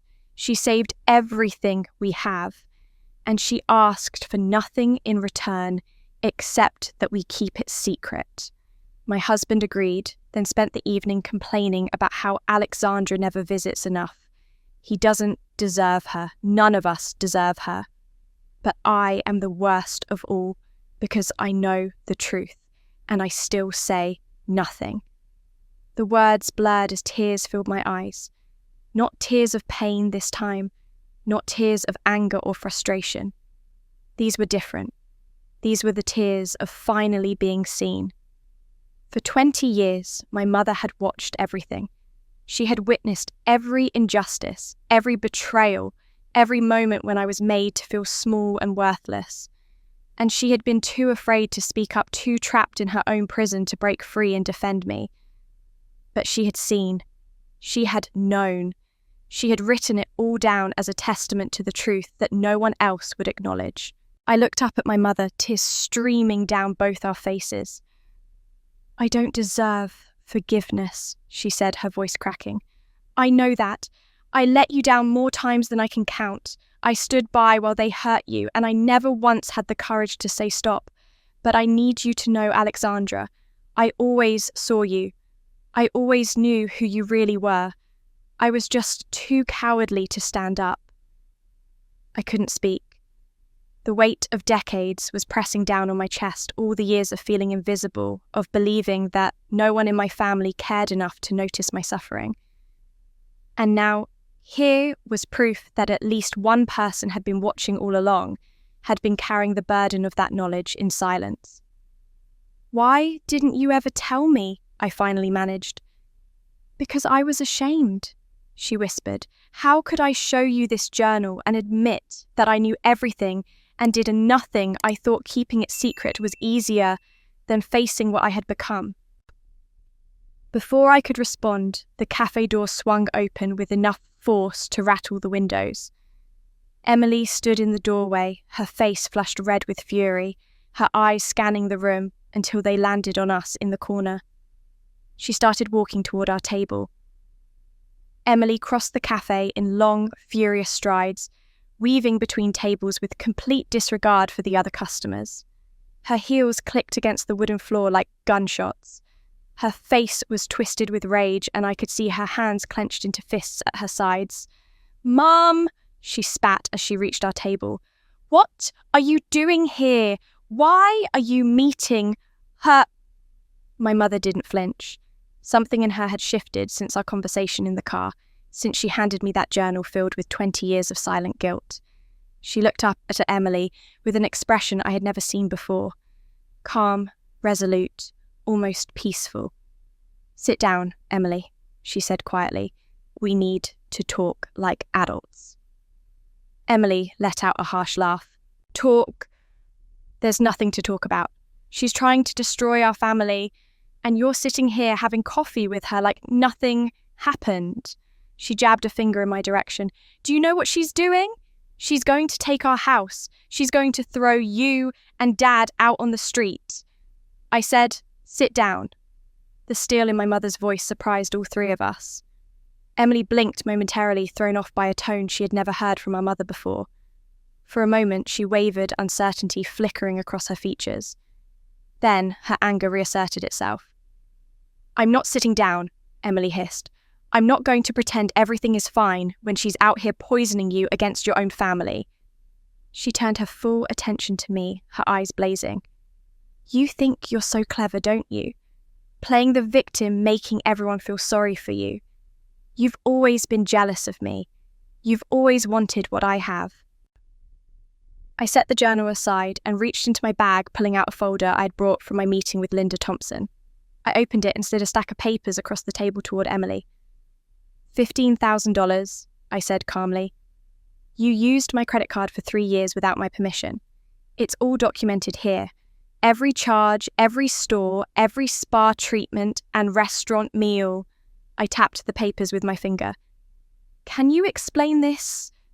Emily's face went white. Her eyes dropped to the credit card statements, scanning the highlighted charges, the dates, the amounts. I watched her expression shift from fury to shock to something that looked almost like fear. "That's not..." She stopped, swallowed hard, started again. "You can't prove that was me. Your name is on several of the receipts, and the shipping addresses for the online purchases all go to your house." I kept my voice level, refusing to give her the emotional reaction she wanted. "It's fraud, Emily. Using someone else's credit card without permission is a crime." Emily snatched the papers off the table, as if hiding them would somehow make the evidence disappear. "This is ridiculous. That money was nothing. You owed us anyway." "I owed you?" "Yes." Her voice rose to a shriek. "Mom and Dad raised you. They fed you, clothed you, put a roof over your head. Everything you have is because of them. So what if I used your stupid card? That was money you owed the family. You should be grateful we even let you be part of this family at all." The words hung in the air, ugly and raw. I saw my mother close her eyes, saw the pain that crossed her face at hearing her younger daughter speak this way. "They raised me," I agreed slowly, "and I'm grateful for that. But I've also supported this family for 8 years. I paid off Dad's gambling debt. I've been making the mortgage payments. I've sent money home that you never even knew about because Dad kept it all." I leaned forward slightly. "So tell me, Emily, who owes whom?" Emily's composure shattered completely. "You think you're better than me," she screamed. "You've always thought that walking around with your fancy job and your fancy apartment looking down on all of us. Well, you're not better. You're just a pathetic, lonely woman who couldn't even keep a boyfriend, so you try to buy love from a family that never wanted you in the first place." She slammed her hand down on the table so hard that the coffee cups jumped. My mother's tea spilled across the wooden surface, a brown river spreading toward the edge. The entire cafe had gone silent. I could feel the eyes of every customer and employee fixed on our corner, watching the drama unfold with a mixture of horror and fascination. Emily stood there panting, her chest heaving with emotion, her hand still pressed against the table in the puddle of spilled tea. For a moment, no one moved. Then my mother stood up. She moved slowly, deliberately, with the careful grace of someone who has made an irreversible decision. She walked around the table past Emily's frozen form and came to stand beside me. Then she sat down in the empty chair at my side. She didn't touch me. She didn't say anything. She just sat there, her presence speaking louder than any words could. Emily stared at her in disbelief. Her mouth opened and closed several times, no sound coming out. The fury in her eyes transformed into something else, something younger and more vulnerable. For just a second, she looked like a child who had been told that Santa Claus wasn't real. "You're abandoning me," her voice cracked on the words. "After everything I've done for this family, you're choosing her." My mother met Emily's gaze steadily. When she spoke, her voice was soft but clear, carrying easily through the silent cafe. "I'm not abandoning you, Emily. I will always love you. You're my daughter, and nothing will ever change that." She paused, and I saw her hands trembling slightly in her lap.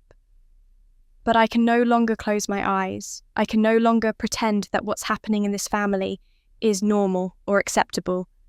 Your sister was locked in a basement. She was treated like a prisoner in her own parents' home. And instead of being horrified by that you helped plan it, she deserved it," Emily shouted. "She refused to help when we needed her." "No one deserves to be locked in a basement," my mother said quietly. "No one deserves to be treated the way Alexandra has been treated for 36 years, and I am done being part of it."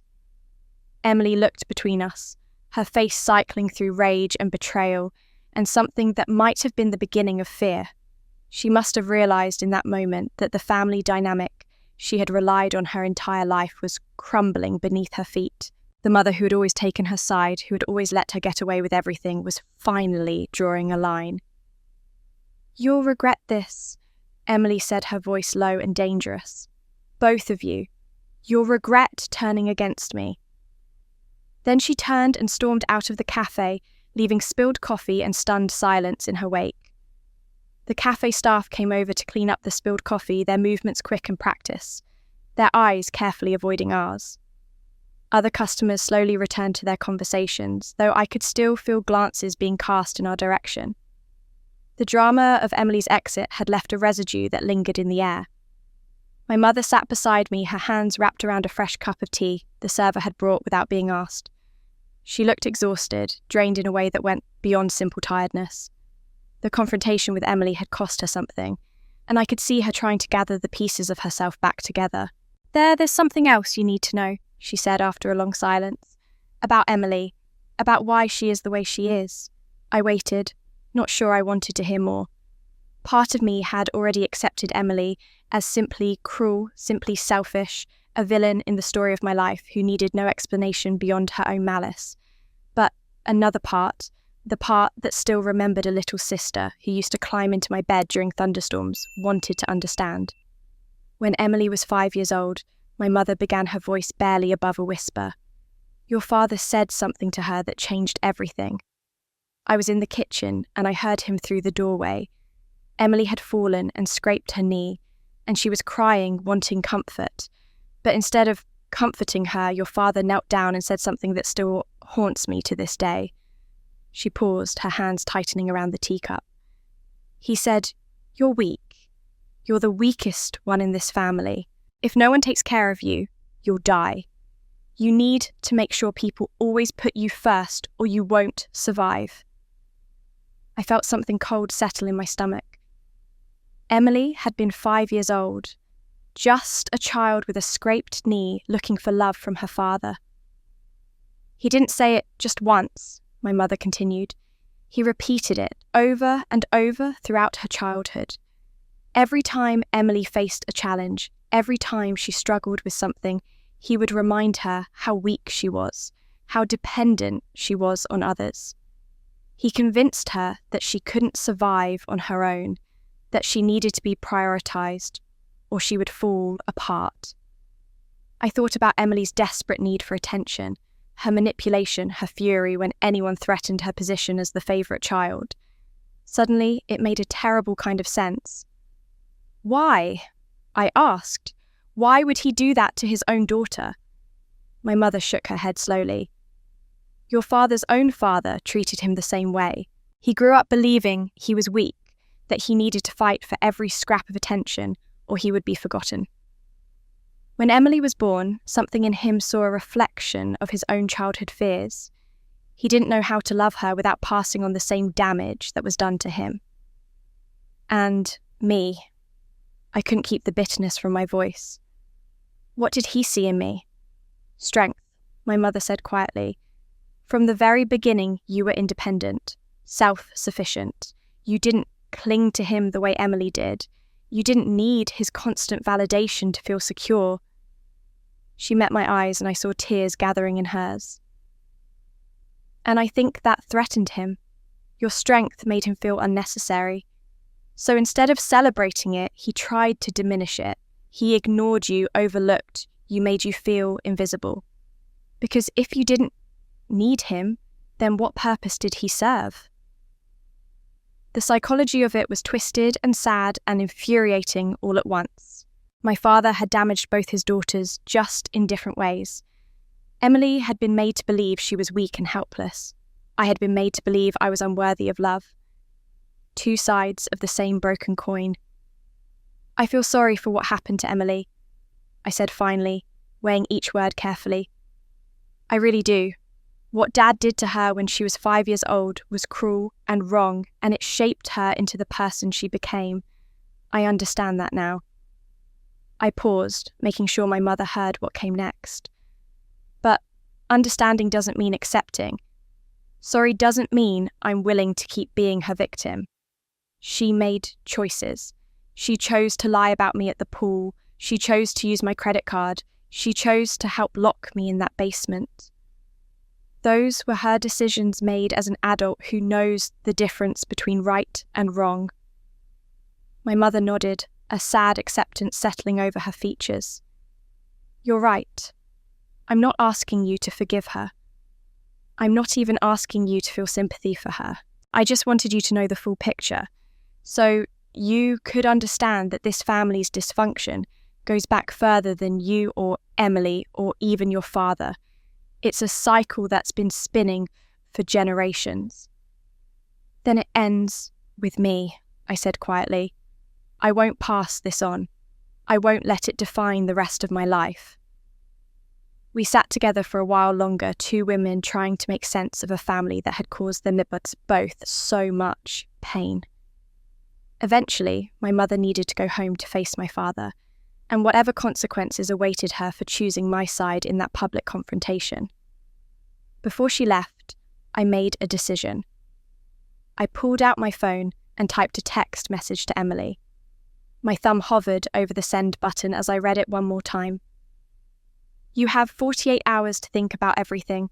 If you admit to using my credit card and agree to pay back what you took, I won't press criminal charges. This is your one chance to make this right. After 48 hours, the offer expires. I pressed send. Pressed. My mother watched me do it, her expression unreadable. Do you think she'll respond, I don't know? I admitted, but I want to give her the opportunity. After that, whatever happens is her choice, not mine. We said goodbye outside the cafe, a careful hug that held more emotion than either of us could express in words. I watched my mother walk to her car, her shoulders hunched against the cold December air, and I wondered what would be waiting for her when she got home. I spent the next 2 days waiting for Emily's response. I kept my phone nearby at all times, checking for messages every few minutes, despite telling myself to stop. Part of me hoped she would take the offer, that some small part of her would recognise the opportunity to step back from the edge of destruction. But as the hours ticked by, my phone remained silent. No text, no call, no acknowledgement that she had even received my message. The 48 hours expired on Wednesday evening. I was sitting in my apartment staring at the blank screen of my phone when the Facebook notification appeared. Emily had posted again. This time, the post was longer, more detailed, more vicious than anything she had written before. She painted herself as a victim not just of my current actions, but of my supposed cruelty stretching back to childhood. She claimed I had always been jealous of her, had always tried to hurt her, had always wanted to destroy her happiness. And then buried in the middle of her rambling accusations, I found a sentence that made my blood run cold. What no one knows is that Alexandra physically abused me when we were children. She would hit me, push me, lock me in closets. I've spent my whole life dealing with the trauma she caused. It was a complete fabrication. A lie so outrageous, so far from the truth, that I couldn't believe she had actually written it. But there it was, published for the world to see, gathering comments and sympathy from people who had no idea they were being manipulated. Emily hadn't just rejected my offer, she had declared war. I was at my desk Wednesday morning trying to focus on work, despite everything swirling through my mind when my office phone rang. The caller ID showed an internal extension from Human Resources. Alexandra Reese speaking? Ms. Reese, this is Patricia from HR. Do you have a moment to come down to my office? There's a matter we need to discuss with you. The tone of her voice made my stomach tighten.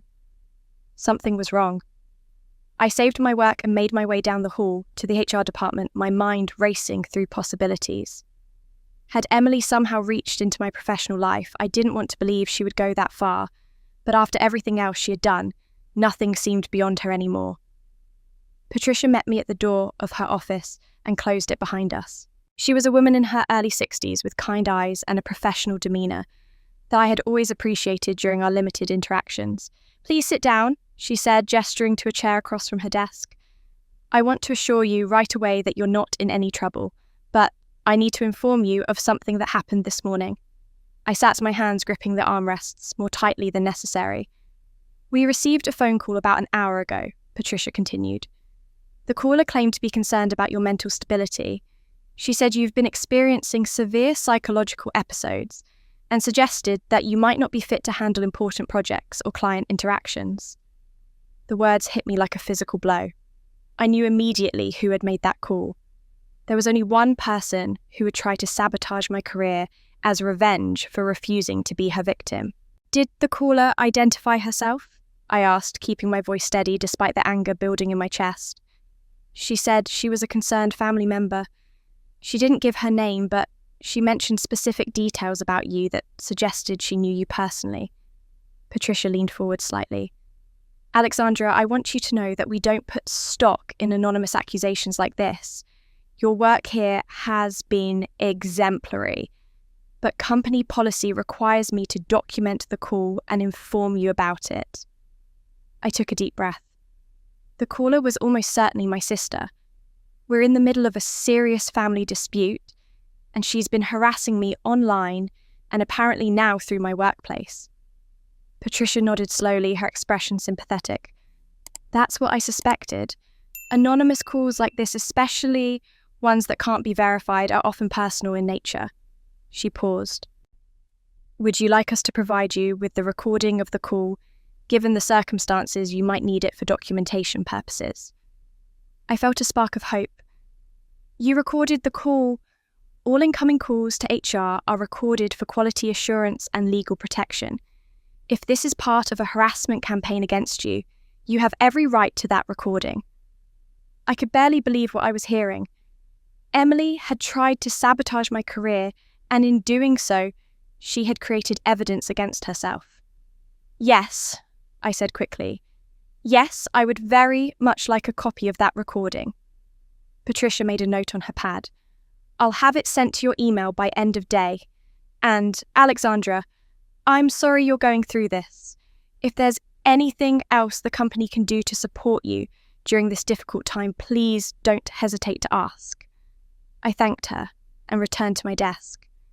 But I couldn't focus on work anymore. My hands were shaking as I pulled out my phone and dialed Linda Thompson's number. She answered on the second ring. "Alexandra, what's happened?" I told her everything, the HR call, the recording that would be sent to me, Emily's escalating campaign of harassment. Linda listened without interrupting, and when I finished, I could almost hear her mind working through the implications. "This is good," she said finally. "I know it doesn't feel good, but from a legal standpoint, this is exactly what we need. Every action Emily takes against you builds our case. Document everything. Save every text, every social media post, every piece of evidence. And definitely get me a copy of that HR recording." "There's more," I said, pulling up Emily's latest Facebook post on my phone. "She posted again last night. She's claiming I physically abused her when we were children, that I hit her, pushed her, locked her in closets." My voice cracked slightly. "None of it is true. I never laid a hand on her. If anything, she was the one who tormented me." There was a pause on the other end of the line. When Linda spoke again, her voice had taken on a sharper edge. "Read me exactly what she wrote, word for word." I scrolled through the post until I found the relevant section. She wrote, "What no one knows is that Alexandra physically abused me when we were children. She would hit me, push me, lock me in closets. I've spent my whole life dealing with the trauma she caused." Linda let out a low whistle. She just made a very serious mistake. "What do you mean?" "False accusations of abuse are what we call defamation, per se. That means they're so inherently damaging that you don't even need to prove you suffered harm. The law assumes harm because the accusation itself is so serious." I could hear papers shuffling on her end. "By publishing that statement on social media where anyone can see it, Emily has opened herself up to significant legal liability, and if we can prove the accusation is false, which shouldn't be difficult, given your school records, witness statements, and the complete lack of any documentation of alleged abuse, our case just got much, much stronger." I felt a strange mixture of vindication and exhaustion. Every time I thought Emily had hit rock bottom, she found a way to dig deeper. "What happens now?" I asked. "Now we move forward with legal action. We have the video from the basement proving false imprisonment. We have the credit card statements proving fraud. We have documentation of her harassment campaign, including calls to your employer. And now we have a published statement of defamation per se." Linda paused for effect. "Alexandra, we have grounds for both civil action and criminal referral. This isn't just a family dispute anymore. Emily has committed multiple crimes and we can prove every single one of them." "What does that mean for Emily?" "It means she's going to have to make a choice. She can settle this matter privately, which would likely involve financial compensation, a public retraction of her false statements, and an agreement to cease all harassment. Or she can refuse to settle, in which case we file formal complaints and let the justice system take over." Linda's voice softened slightly. "I want to be clear about what that second option means. If we go the criminal route, Emily could face prosecution for fraud and potentially for her role in the false imprisonment. She could end up with a criminal record. She could face jail time." I sat at my desk in silence, absorbing the weight of what Linda was telling me. My sister, the golden child, the one who had been protected and prioritised her entire life, was now facing the very real possibility of criminal prosecution because she couldn't stop trying to destroy me. "When do we move forward?" I asked. "I'll start preparing the formal notices today," Linda said. "Emily will receive them within the week. Then the ball will be in her court."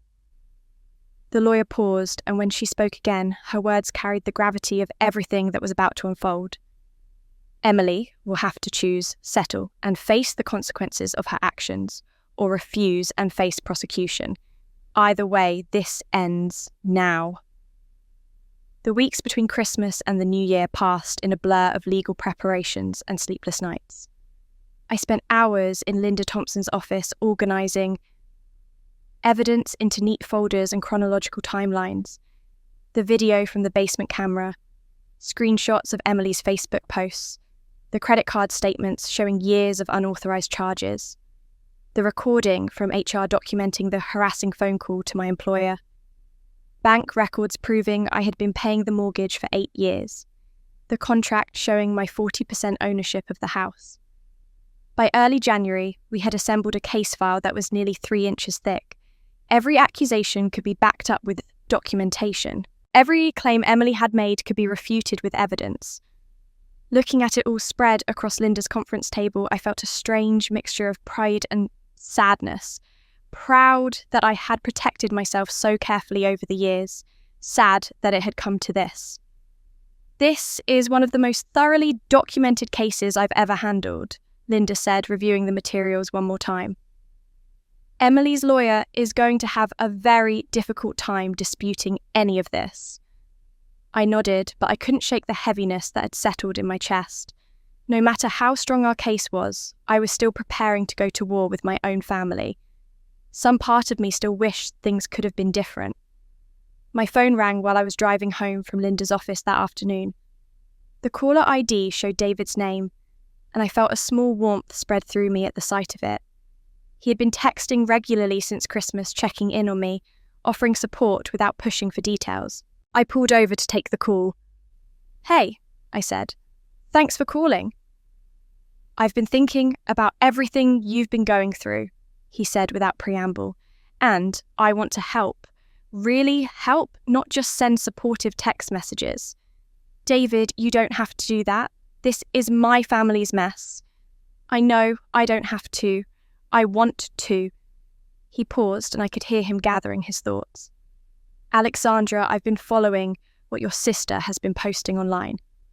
All those accusations about who you are, what kind of person you are, and I know better than almost anyone that none of it is true."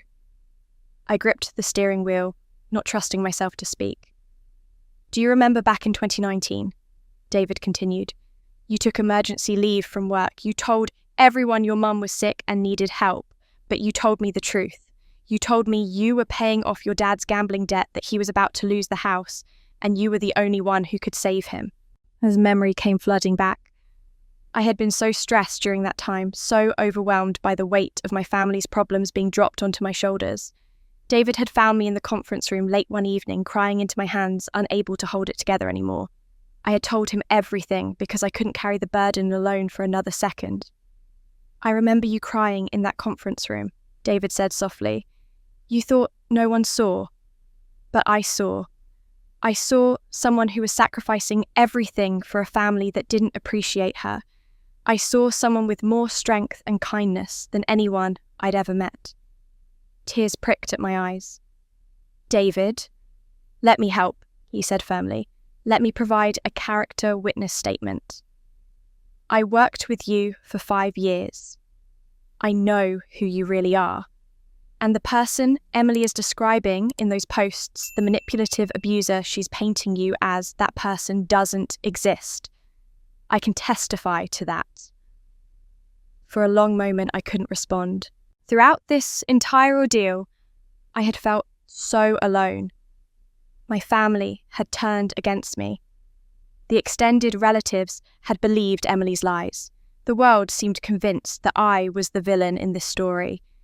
And here was David stepping forward without hesitation, offering to stand beside me when he had nothing to gain and everything to lose by getting involved in my family's disaster. "Are you sure?" I finally managed. "This could get messy. Emily might come after you too if she finds out you're helping me." "I'm sure," he said without hesitation. "Some things are worth getting messy for, and you're one of them." I wiped at my eyes with the back of my hand. "Thank you. I don't know how to tell you what this means to me."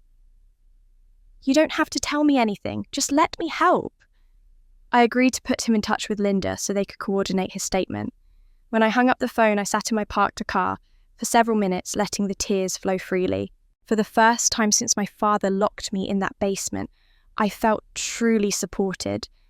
Not because of legal documents or evidence files, but because another human being had chosen to stand with me simply because they believed in me. Linda called the next day with news. A mediation hearing had been scheduled for the following week. Emily had hired her own lawyer, a man named Richard Hawkins, who was known for aggressive defense tactics. Both parties would sit down in a conference room with their attorneys and a neutral mediator to attempt to resolve the dispute before it escalated to formal court proceedings. "This will be your first official face-off with Emily since everything happened," Linda said. "Are you prepared for that?" I thought about the journal my mother had given me, the pages filled with 20 years of witnessed injustice. I thought about the video of my father pushing me into the basement.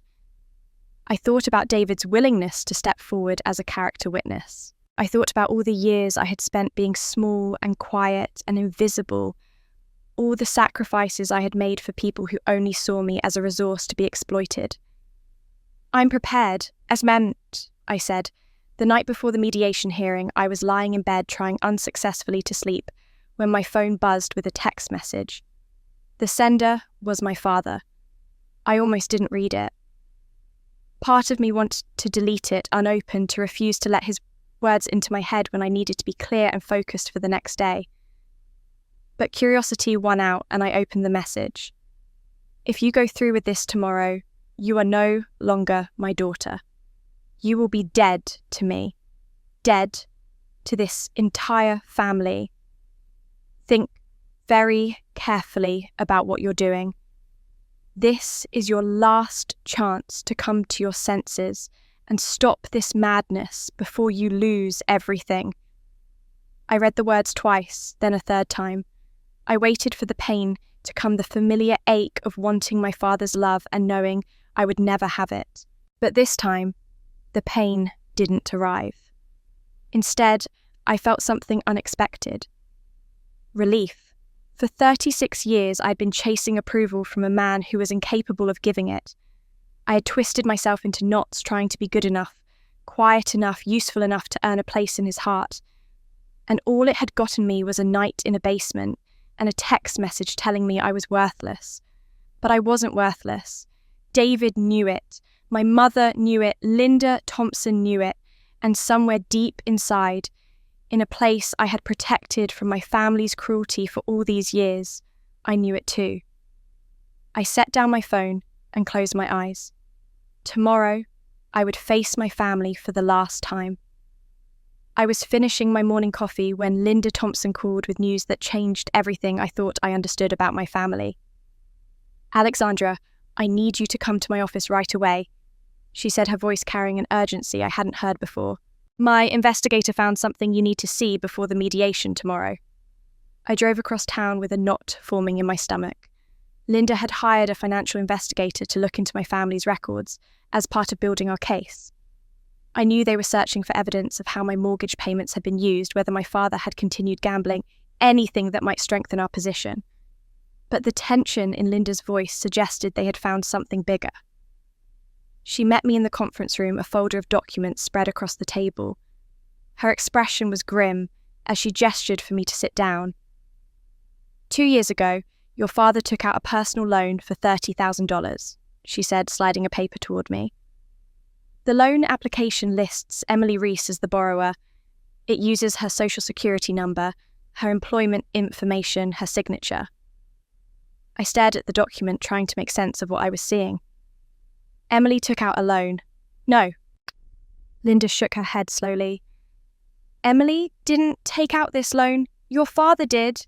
He used her identity without her knowledge. The signature on this application doesn't match Emily's actual signature from other documents we have on file. It's a forgery. The implications hit me like a wave. My father had committed identity theft against his own daughter. He had forged her signature, used her personal information, taken out $30,000 in her name without telling her. Where did the money go? I asked, though I already knew the answer. Based on the timing and your father's banking records, which we obtained through the investigation, the funds were withdrawn in cash over a period of 3 months. Given his history with gambling, it's reasonable to conclude the money went to feed that addiction. Linda leaned back in her chair. This is fraud, Alexandra. identity theft and fraud. Your father could face criminal charges for this. I sat in silence processing this new piece of the puzzle. All this time, I had viewed Emily as the primary villain of my story. She was the one who had manipulated, lied, helped lock me in the basement. She was the one who had stolen from me and smeared my name across social media. But underneath all of Emily's cruelty, there was my father, the architect of our family's dysfunction, still pulling strings and causing damage, even when no one was watching. Emily wasn't just a perpetrator. In some ways, she was also a victim. The realization didn't change what she had done to me. It didn't excuse her choices or erase the pain she had caused. Emily was an adult who had decided to harm her sister, to lie about her, to attack her reputation, and try to destroy her career. Those were her choices made with full knowledge of right and wrong. Understanding that my father had damaged her too didn't make her innocent, but it added a layer of tragedy to the whole situation. My father had broken both his daughters, just in different ways. He had taught Emily that she was weak and needed to manipulate others to survive. He had taught me that I was invisible and unworthy of love. And he had used us both for his own purposes, stealing from Emily to feed his gambling addiction, just as he had demanded money from me. "Does Emily know about this loan?" I asked. "Based on our investigation, there's no evidence she's aware of it. The statements were sent to your parents' address, not to Emily's home. Your father has apparently been making minimum payments to keep it from going into default." I pulled out my phone before I could talk myself out of it. My finger hovered over Emily's contact for a moment, then I pressed the call button. It rang 4 times before she answered. "What do you want?" Her voice was cold, hostile, the voice of someone who had already decided I was the enemy. "Emily, I need to ask you something. It's important." "I have nothing to say to you. Did you know Dad took out a $30,000 loan in your name 2 years ago?" Silence. Complete, absolute silence. I could hear Emily breathing on the other end of the line, but she said nothing. "Emily, you're lying." But her voice had changed. The hostility was still there, but underneath it I heard something else. Fear. Uncertainty. The first crack in her armor. "I'm not lying. I have the loan documents. The application uses your identity, but the signature is forged. Dad used your name to borrow money for his gambling. You're responsible for that debt, Emily. Your credit, your financial future." More silence. Then, without another word, Emily hung up. I stared at my phone, wondering if anything I had said would penetrate the wall of denial my sister had built around herself. Probably not. Emily had spent her entire life protecting the fantasy that our father loved her best, that she was special, that she was the favoured child. Learning that he had stolen her identity and saddled her with debt might be too much truth for her to accept. My phone rang again almost immediately, but this time it was my mother. "Alexandra." Her voice was trembling, barely controlled. "I just found out about the loan, about what your father did to Emily." "How did you find out?" Emily called me hysterical. She said you told her, and I thought she was confused, but then I looked through your father's papers and I found... She broke off, a sob escaping. "How could he do this? To his own daughter. I knew about the gambling. I knew it was bad, but I never imagined he would steal from Emily." I listened to my mother cry, feeling the strange sensation of being the calm one in a family crisis for once. All my life, I had been the overlooked daughter, the one nobody listened to, the one whose feelings didn't matter. Now, somehow, I had become the stable centre around which everything else was spinning. "Mom, listen to me," I said firmly. "Whatever happens with this loan, whatever comes out in the mediation tomorrow, I want you to know something. I won't let you be held responsible for what Dad did. You didn't know about the identity theft. You didn't participate in the gambling. Whatever consequences are coming, they're his to face, not yours. But we've been married for 40 years. His debts are my debts. His crimes are my shame." "No," I said. "His crimes are his, and it's time he faced them." My mother's crying slowly subsided.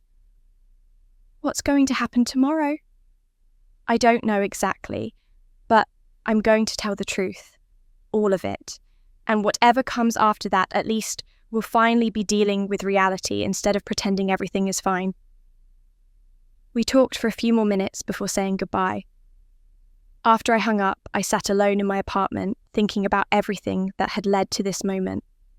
The decades of dysfunction, the secrets and lies, the damage passed down from generation to generation. Tomorrow, it would all come to a head in a conference room with lawyers and mediators, and my family facing each other across a table. I spent the evening preparing. I reviewed my documents one more time. I picked out professional clothes that made me feel confident. I went to bed early, though sleep came slowly. The next morning, I woke with the sunrise and dressed with care. I gathered my evidence folder, took a deep breath, and walked out my front door. The mediation room was waiting, and I walked in with my head held high. The mediation room was smaller than I had expected. A long conference table dominated the space, surrounded by leather chairs and framed by floor-to-ceiling windows that let in the pale January sunlight. A pitcher of water and several glasses sat in the centre of the table, untouched and waiting. I arrived with Linda Thompson 15 minutes early. We took our seats on one side of the table, arranging our documents and folders with careful precision. My heart was beating faster than I wanted to admit, but I kept my face calm and my hands steady. I had spent 36 years being the invisible daughter, the one who swallowed her feelings and kept the peace. Today, that ended. The door opened and my family walked in. Emily entered first, her chin lifted with defiance, her eyes scanning the room before landing on me with undisguised contempt. Behind her came a man I assumed was her lawyer, Richard Hawkins, a heavy-set figure in an expensive suit, who carried himself with the confidence of someone accustomed to winning. And behind them, my parents. My father's face was carved from stone. He looked at me the way you might look at a stranger who had done you a great wrong, without warmth, without recognition, without any trace of the father he was supposed to be. He took a seat directly behind Emily, positioning himself like a general, surveying a battlefield. My mother slipped in last, her eyes red-rimmed and swollen. She looked like she hadn't slept in days. When our gazes met across the room, I saw pain and guilt and something that might have been hope. She sat down beside my father, but left a small gap between them, as if she couldn't bear to be too close. The mediator, a grey-haired woman named Dr. Patricia Vance, entered and took her place at the head of the table. She introduced herself and explained the process. Each side would have the opportunity to present their perspective. Evidence would be reviewed, and she would help facilitate a resolution that both parties could accept. Her tone was professional and neutral, giving no indication of where her sympathies might lie. Richard Hawkins spoke first. "Thank you, Dr. Vance," he said, his voice smooth and practiced. "My client Emily Reese is the victim in this situation. She comes from a close-knit family that has been torn apart by the vindictive actions of her older sister." He gestured toward me without looking in my direction. "Alexandra Reese has engaged in a calculated campaign to seize family property, damage my client's reputation, and destroy relationships that took decades to build. She has made false accusations against her own parents and sister, and we are here today to set the record straight and protect my client from further harassment." I felt Linda's hand touch my arm briefly, a silent signal to stay calm. We had expected this opening gambit. It was exactly what Emily would have told her lawyer, exactly the narrative she had been spinning on social media for weeks. "Thank you, Mr. Hawkins," Dr. Vance said. "Mrs. Thompson, your response?" Linda stood, her movements deliberate and unhurried. "Vance, I appreciate Ms. Hawkins' creative interpretation of events. However, I believe the evidence will tell a very different story." She picked up a tablet from the table and connected it to the room's display screen. "I'd like to begin by showing everyone what actually happened on the night of December 19th. The screen flickered to life, and suddenly the basement was there in front of all of us. The timestamp in the corner read 10:47 p.m. The footage showed me walking down the stairs, my phone flashlight illuminating the cluttered space. Then a figure appeared behind me. My father. His hand extended, shoving me forward. The door slammed. The lock clicked. The room fell completely silent. On the screen, voices became audible. Emily's voice, clear and unmistakable despite the slight distortion of the old camera's microphone. "Leave her there overnight. By morning, she'll agree to sign." My father's response: "She has money, but she's stingy. We raised her. That money belongs to us." And then Emily's laugh, cold and cruel, followed by words that seemed to echo in the mediation room. "She always thought she was better than me. She deserves this." I watched my family's faces as the video played. My father remained stone-faced, but I noticed his jaw tightening with each passing second. My mother had turned away, unable to watch. And Emily's carefully constructed mask was cracking. Her cheeks flushed red, her hands gripped the edge of the table. Her eyes darted between the screen and her lawyer searching for some way out. "That video is edited," Emily burst out. "She tampered with it. She's a liar. She's always been a liar." Dr. Vance held up her hand. "Ms. Reese, you will have your opportunity to respond. Right now, I need you to remain silent and allow the presentation to continue." Emily opened her mouth to protest, but her lawyer put a hand on her arm and shook his head slightly.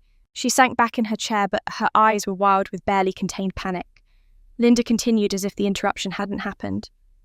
"The video is stored on a cloud server with timestamps that cannot be altered. We have documentation from the security company confirming the footage's authenticity." She pulled another document from her folder. "Additionally, we have credit card statements showing that Emily Reese used her sister's credit card without authorization for a period of 3 years, accumulating over $15,000 in fraudulent charges." She spread the statements across the table, the highlighted charges visible even from where Emily sat. I watched my sister's face as she saw the evidence laid out in black and white, irrefutable proof of what she had done. "And finally," Linda said, "we have a recording of a phone call made to Alexandra's employer just last month, in which an anonymous caller, whose voice matches Emily Reese, claimed that Alexandra suffered from mental instability and should not be trusted with important projects." She pressed play on another recording, and Emily's voice filled the room, once more dripping with false concern as she tried to sabotage my career.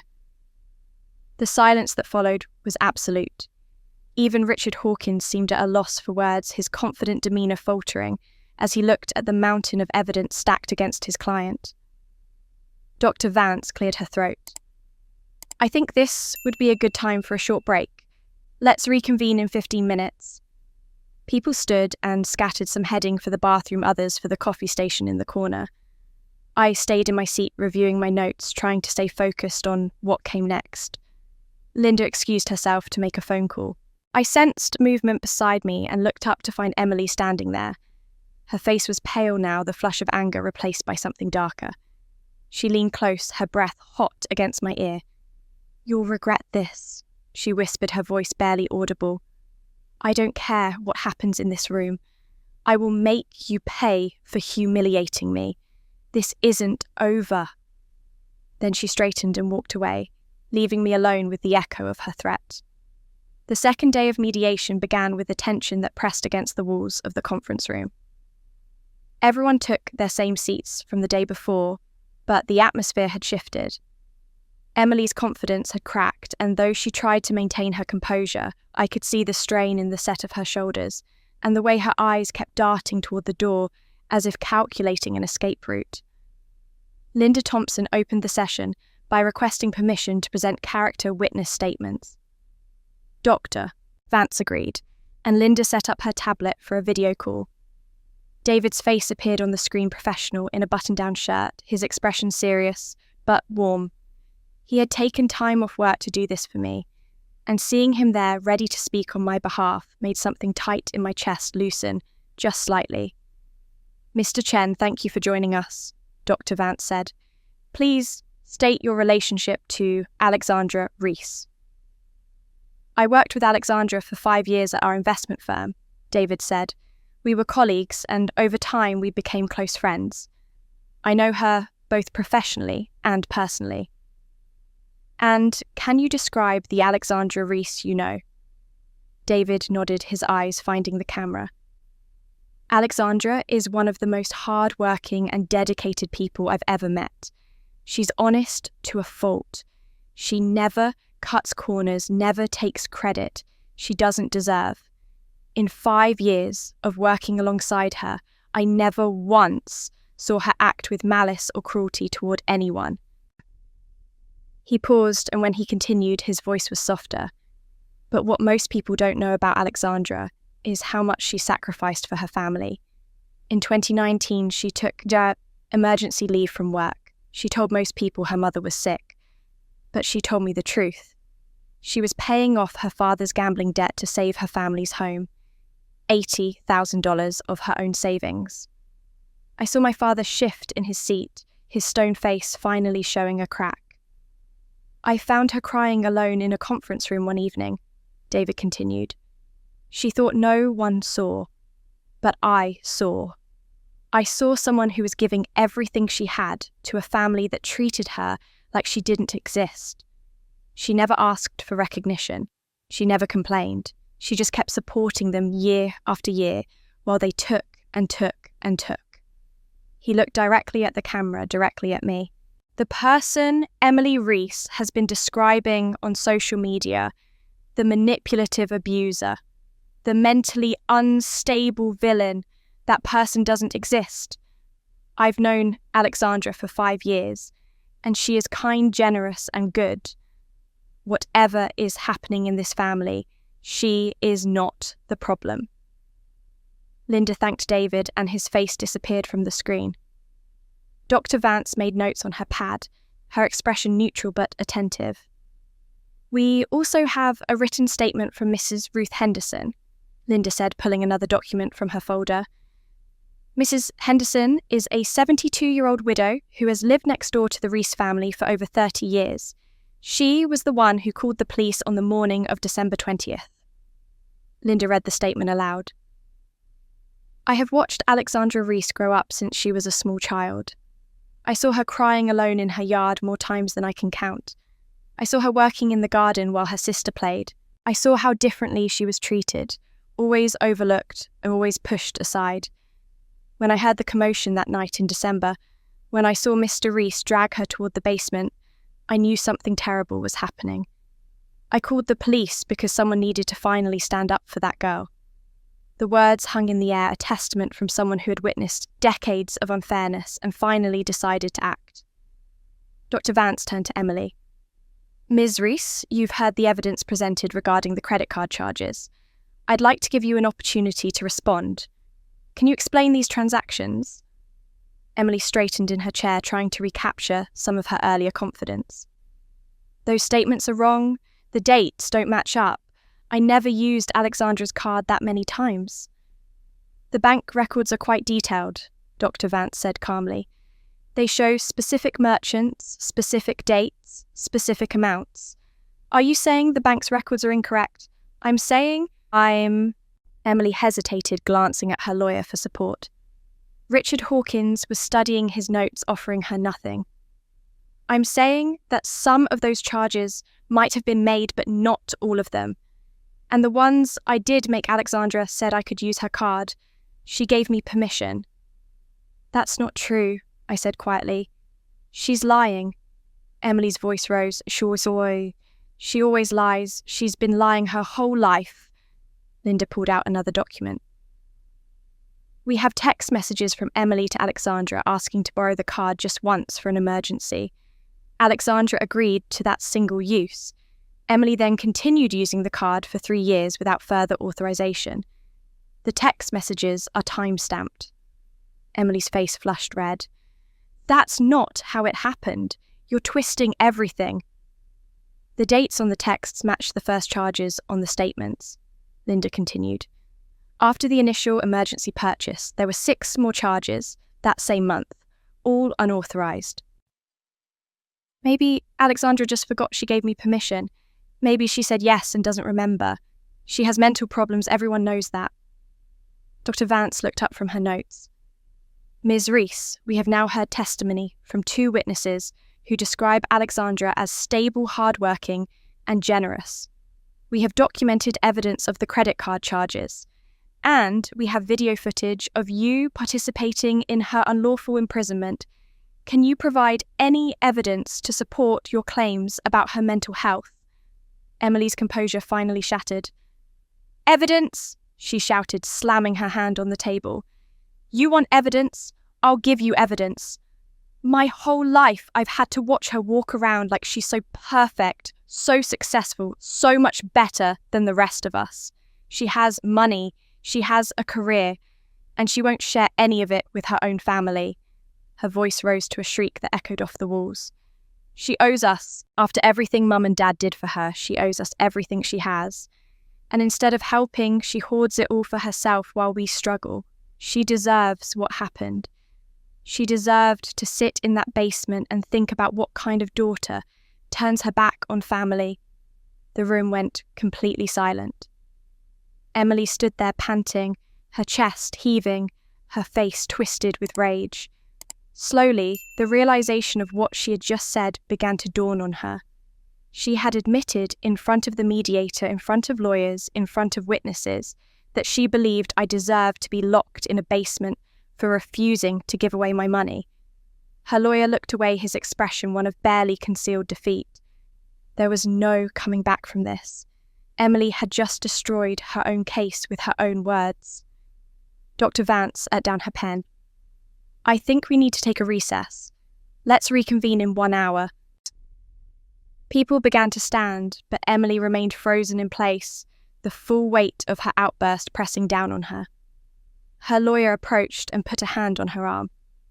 Emily, Richard Hawkins said quietly, we need to speak privately about settlement options. The hour-long recess stretched into 2 hours as lawyers huddled in separate rooms, negotiating terms that would determine the future of our fractured family. I sat with Linda Thompson in a small conference room down the hall, sipping cold coffee and trying to keep my nerves under control. Emily's lawyer is pushing hard for settlement, Linda reported after checking her phone for the 3rd time. Her outburst changed everything. No mediator or judge would look favourably on someone who openly declared that her sister deserved to be imprisoned for not giving away money. I nodded, feeling strangely calm. After so many years of being the invisible one, the overlooked one, the one whose voice didn't matter, I was finally being heard. The truth was finally being acknowledged. Whatever happened next, that alone felt like victory. Linda's phone buzzed with a message. She read it, then looked up at me with something close to a smile. They're ready to talk terms. We returned to the main conference room. Emily sat slumped in her chair, all traces of her earlier defiance gone. Her eyes were red, her makeup smeared, her carefully styled hair falling loose around her face. She looked defeated in a way I had never seen her before. Richard Hawkins cleared his throat. My client is prepared to discuss settlement, he said, his voice noticeably less confident than it had been that morning. We believe it's in everyone's best interest to resolve this matter without further legal action. Dr. Vance nodded and turned to Linda. What terms is your client seeking? Linda opened her folder. Given the evidence of credit card fraud totaling over $15,000, the documented harassment campaign, including calls to Ms. Reese's employer and defamatory social media posts and the video evidence of unlawful imprisonment, we are seeking the following. First of all, restitution of the $15,000 in unauthorized credit card charges. Second, an additional $10,000 in damages for emotional distress, harassment, and defamation. Third, immediate deletion of all defamatory social media posts and a public apology acknowledging that the accusations of mental illness and childhood abuse were false. Fourth, a formal no-contact agreement preventing Emily Reese from contacting Alexandra Reese through any means. In exchange for these terms, Alexandra Reese will not pursue criminal charges for fraud or press further on the false imprisonment matter. Emily's face went pale. $25,000 was more than she could easily produce, especially given the debts she was already carrying. But the alternative criminal prosecution was worse. I watched her weigh her options, watched her realise that she had none. "My client accepts these terms," Richard Hawkins said quietly. Emily's head snapped toward him. "Richard, I can't afford—" "Emily," his voice was firm, "if you don't accept, Alexandra can and will press criminal charges. Credit card fraud can result in jail time. Is that what you want?" Emily's mouth opened and closed. She looked at our father, perhaps hoping for rescue, but he sat motionless, refusing to meet her eyes. She looked at our mother, who was crying silently into a tissue. She looked at me, and for just a moment I saw something beneath the hatred and resentment. Fear. Pure, desperate fear. "Fine," she whispered. "I accept." Linda nodded and made a note. "There's one more matter to address. The family home." My father finally stirred. "The house isn't part of this." "Actually, it is," Linda said calmly. "Alexandra Reese is a 40% owner of the property at 742 Maple Drive, as documented in a legally binding agreement from 8 years ago.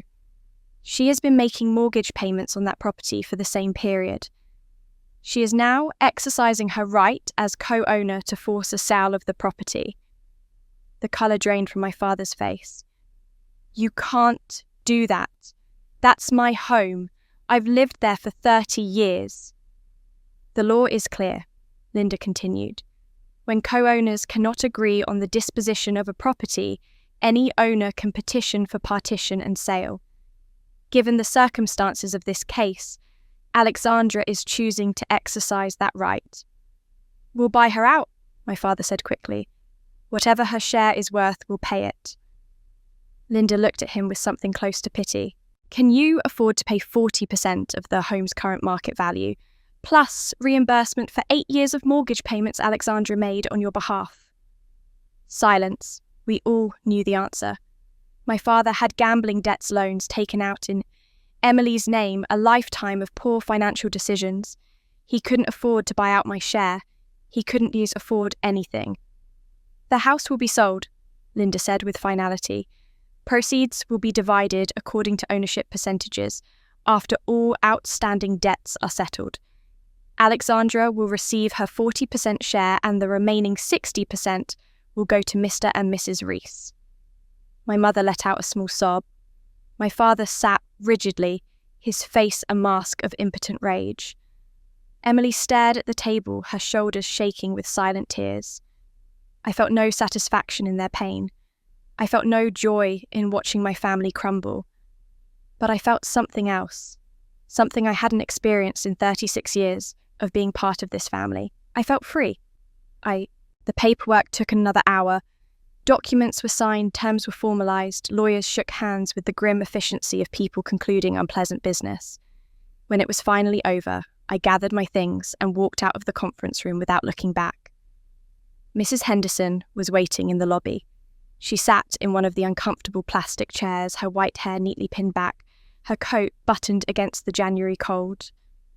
When she saw me emerge from the elevator, her face broke into a warm smile and she rose to meet me. "How did it go?" she asked. "It's over," I said. "They settled." Mrs. Henderson pulled me into a hug, her thin arms surprisingly strong. "I'm proud of you, dear," she murmured against my shoulder. "I'm so proud of you. You stood up for yourself. You told the truth. And you won." I hugged her back, this woman who had been more of a family to me in the past few weeks than my own blood relatives had been in 36 years. "Thank you," I whispered, "for calling the police that night, for being willing to testify, for believing me."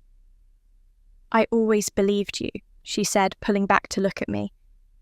"I just wish I had done something sooner." A familiar voice spoke from nearby. "She's right, you know. You did it." I turned to find David standing a few feet away, a bouquet of flowers in his hand and a smile on his face. He must have driven straight from work, still wearing his office clothes under his winter coat.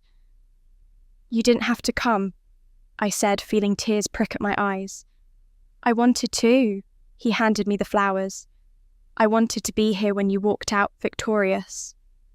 I took the bouquet, breathing in the scent of fresh roses, feeling the warmth of friendship and support washing over me. For so long, I had believed I was alone. For so long, I had carried every burden by myself. But here were two people who had chosen to stand with me, and their presence meant more than any legal victory ever could. We walked out of the building together into the cold January afternoon. I was halfway to my car when my phone rang. An unfamiliar number with a local area code. "Hello. Ms. Reese. This is Jennifer Walsh from Premier Real Estate. I'm calling because you registered interest in a property several years ago, and I wanted to let you know it just came on the market this morning." My heart skipped. Which property? The cottage on Willow Lane, the one with the garden and the wraparound porch. I stopped walking, my breath catching in my throat. 10 years ago, before I gave up my California dream to stay and take care of my family, I had fallen in love with a small house on the outskirts of town. I had registered my interest with every real estate agent I could find, hoping someday it might become available. And now, on the day I finally broke free from my family, it had. The weeks following the mediation brought a cascade of consequences that I observed from a distance, like watching dominoes fall in slow motion.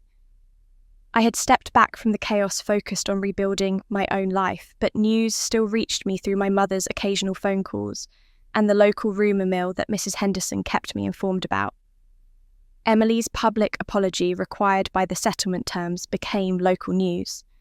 A reporter from the community paper had been following the story after seeing her dramatic Facebook posts, and when Emily published her retraction admitting she had lied about me, the reporter wrote a follow-up piece about the dangers of social media defamation. The article didn't name names, but enough details were included that anyone who knew our family could figure out who was involved.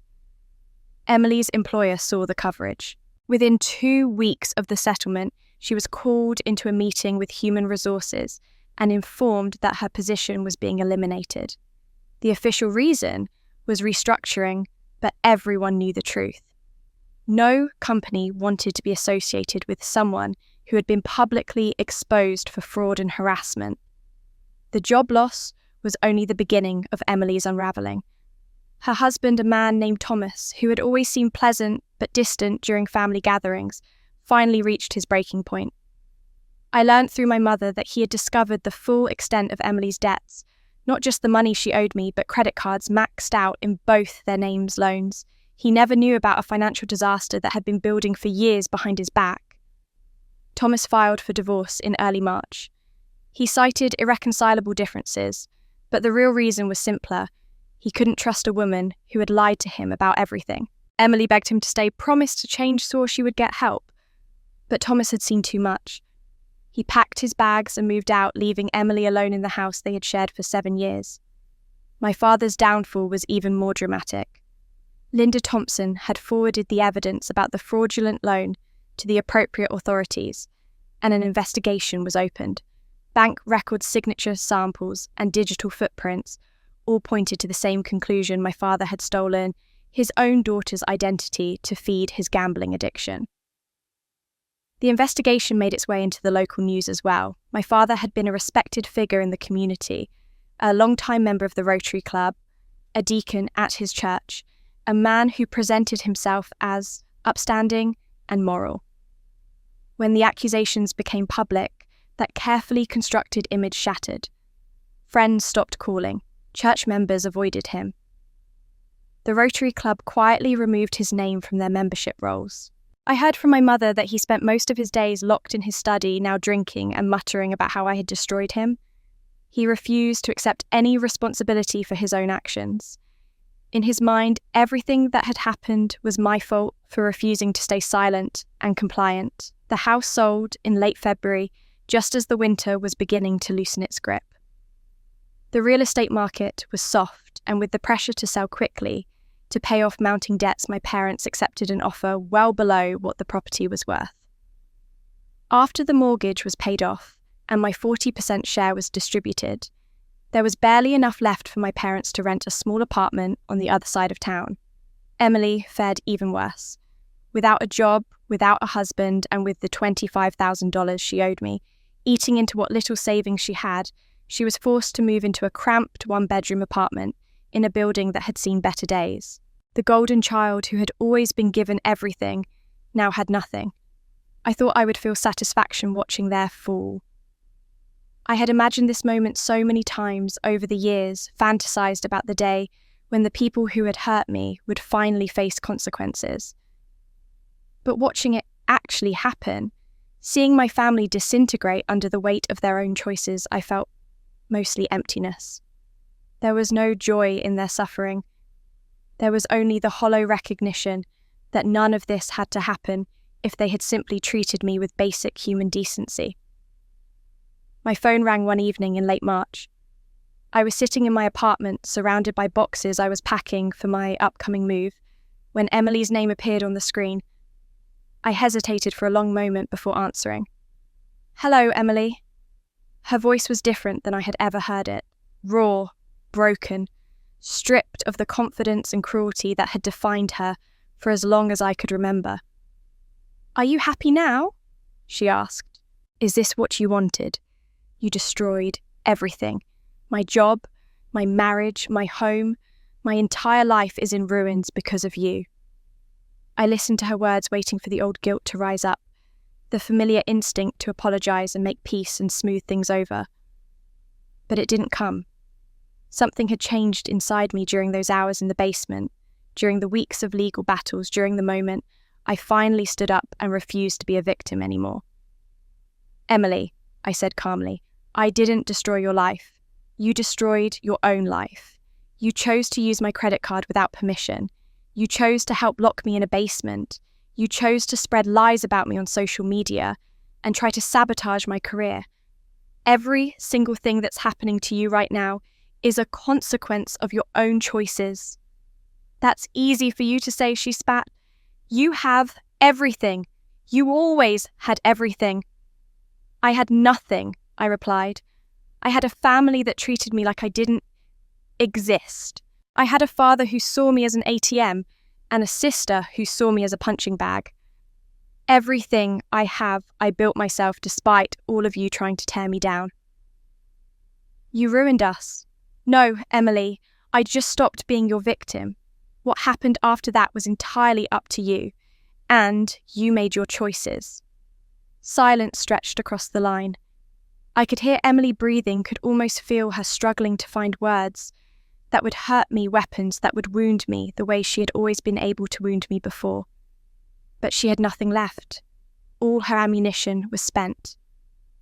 "I hate you," she finally whispered. "I know," I said, "and I'm sorry about that.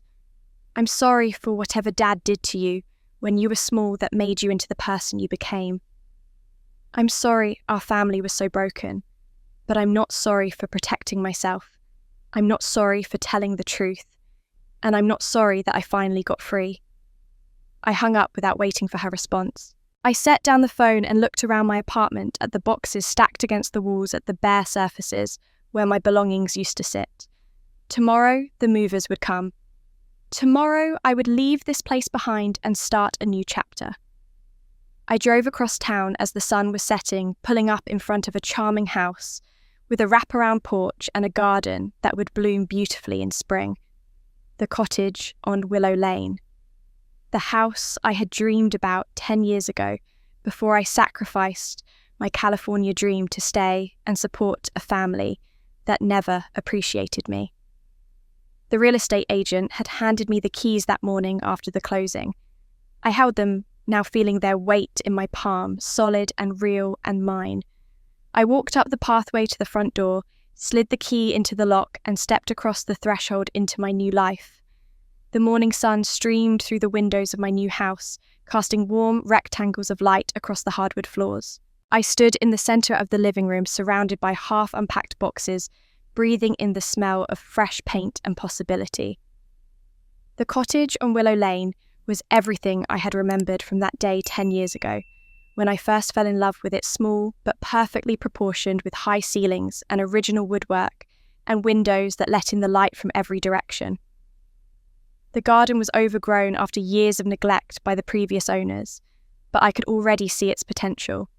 Roses along the fence, vegetable beds in the sunny corner, a reading nook under the old oak tree that shaded the back porch. I had spent so many years living in apartments in spaces that belonged to landlords and could be taken away at any time. Now, for the first time in my life, I had a piece of earth that was mine. I spent the first few days unpacking essentials and learning the quirks of my new home. Which floorboards creaked, how long it took for the hot water to reach the upstairs bathroom, the way the afternoon light moved across the kitchen walls. Every discovery felt like unwrapping a gift. Mrs. Henderson came by on my third day in the house, carrying a pot of purple cone flowers and a smile that crinkled the corners of her eyes. "Welcome home, dear," she said, handing me the flowers.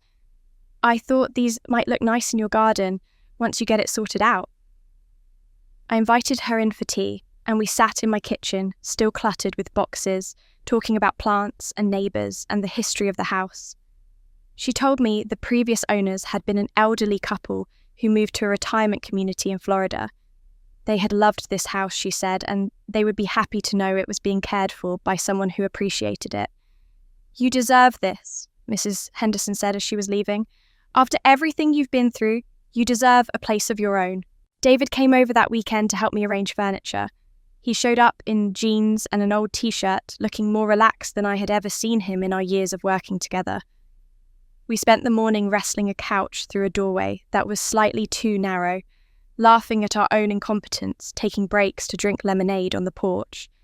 There was something different between us now, something that had been growing since those dark December days when he had reached out to support me.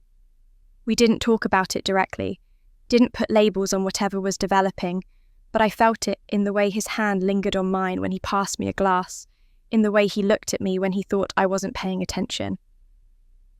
"This place suits you," he said as we stood in the living room surveying our handiwork.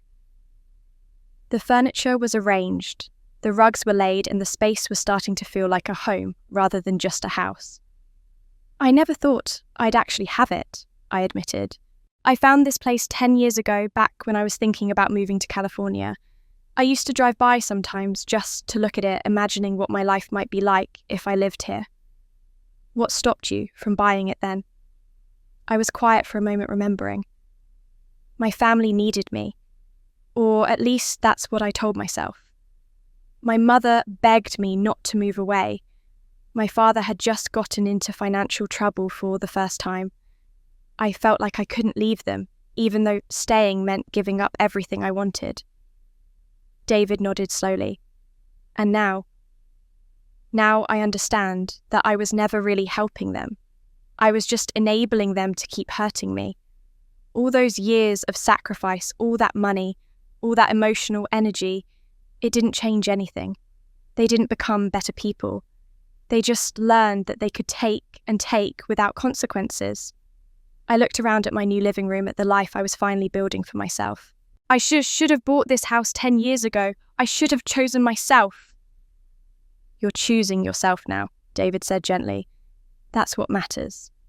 He left as the sun was setting, and I walked him to the door, feeling a warmth between us that had nothing to do with the spring weather. Whatever was happening, we were both content to let it unfold naturally without pressure or expectation. After everything I had been through, slow and steady felt exactly right. My mother visited a few days later. She called ahead to ask if it was okay, hesitant in a way she had never been before. I told her she was welcome, and I meant it. Whatever my feelings about the past, I was trying to build something new, and that meant leaving room for the people who were genuinely trying to change. She looked older than she had just a few months ago, the stress of everything that had happened etched into the lines of her face. But there was something different in her eyes, too, a clarity that hadn't been there before. She was living in the small apartment now, separated from my father, though not officially divorced. She had told me on the phone that she was learning how to be her own person for the first time in 40 years. "This is beautiful," she said, looking around the cottage with genuine admiration. "You've made it so warm and inviting." I gave her a tour showing her the garden I was planning, the reading nook I had set up by the bay window, the small guest room that I hoped she might use someday. She listened and nodded, asking questions, making suggestions, engaging with my life in a way she never had before. Before she left, she handed me a small box tied with ribbon. "I found these when we were packing up the house," she said. I thought you might want them." I opened the box and found a stack of papers yellowed with age and folded into uneven shapes. Letters. Letters I had written as a child to Santa Claus, to my future self, to imaginary friends who understood me better than my real family did.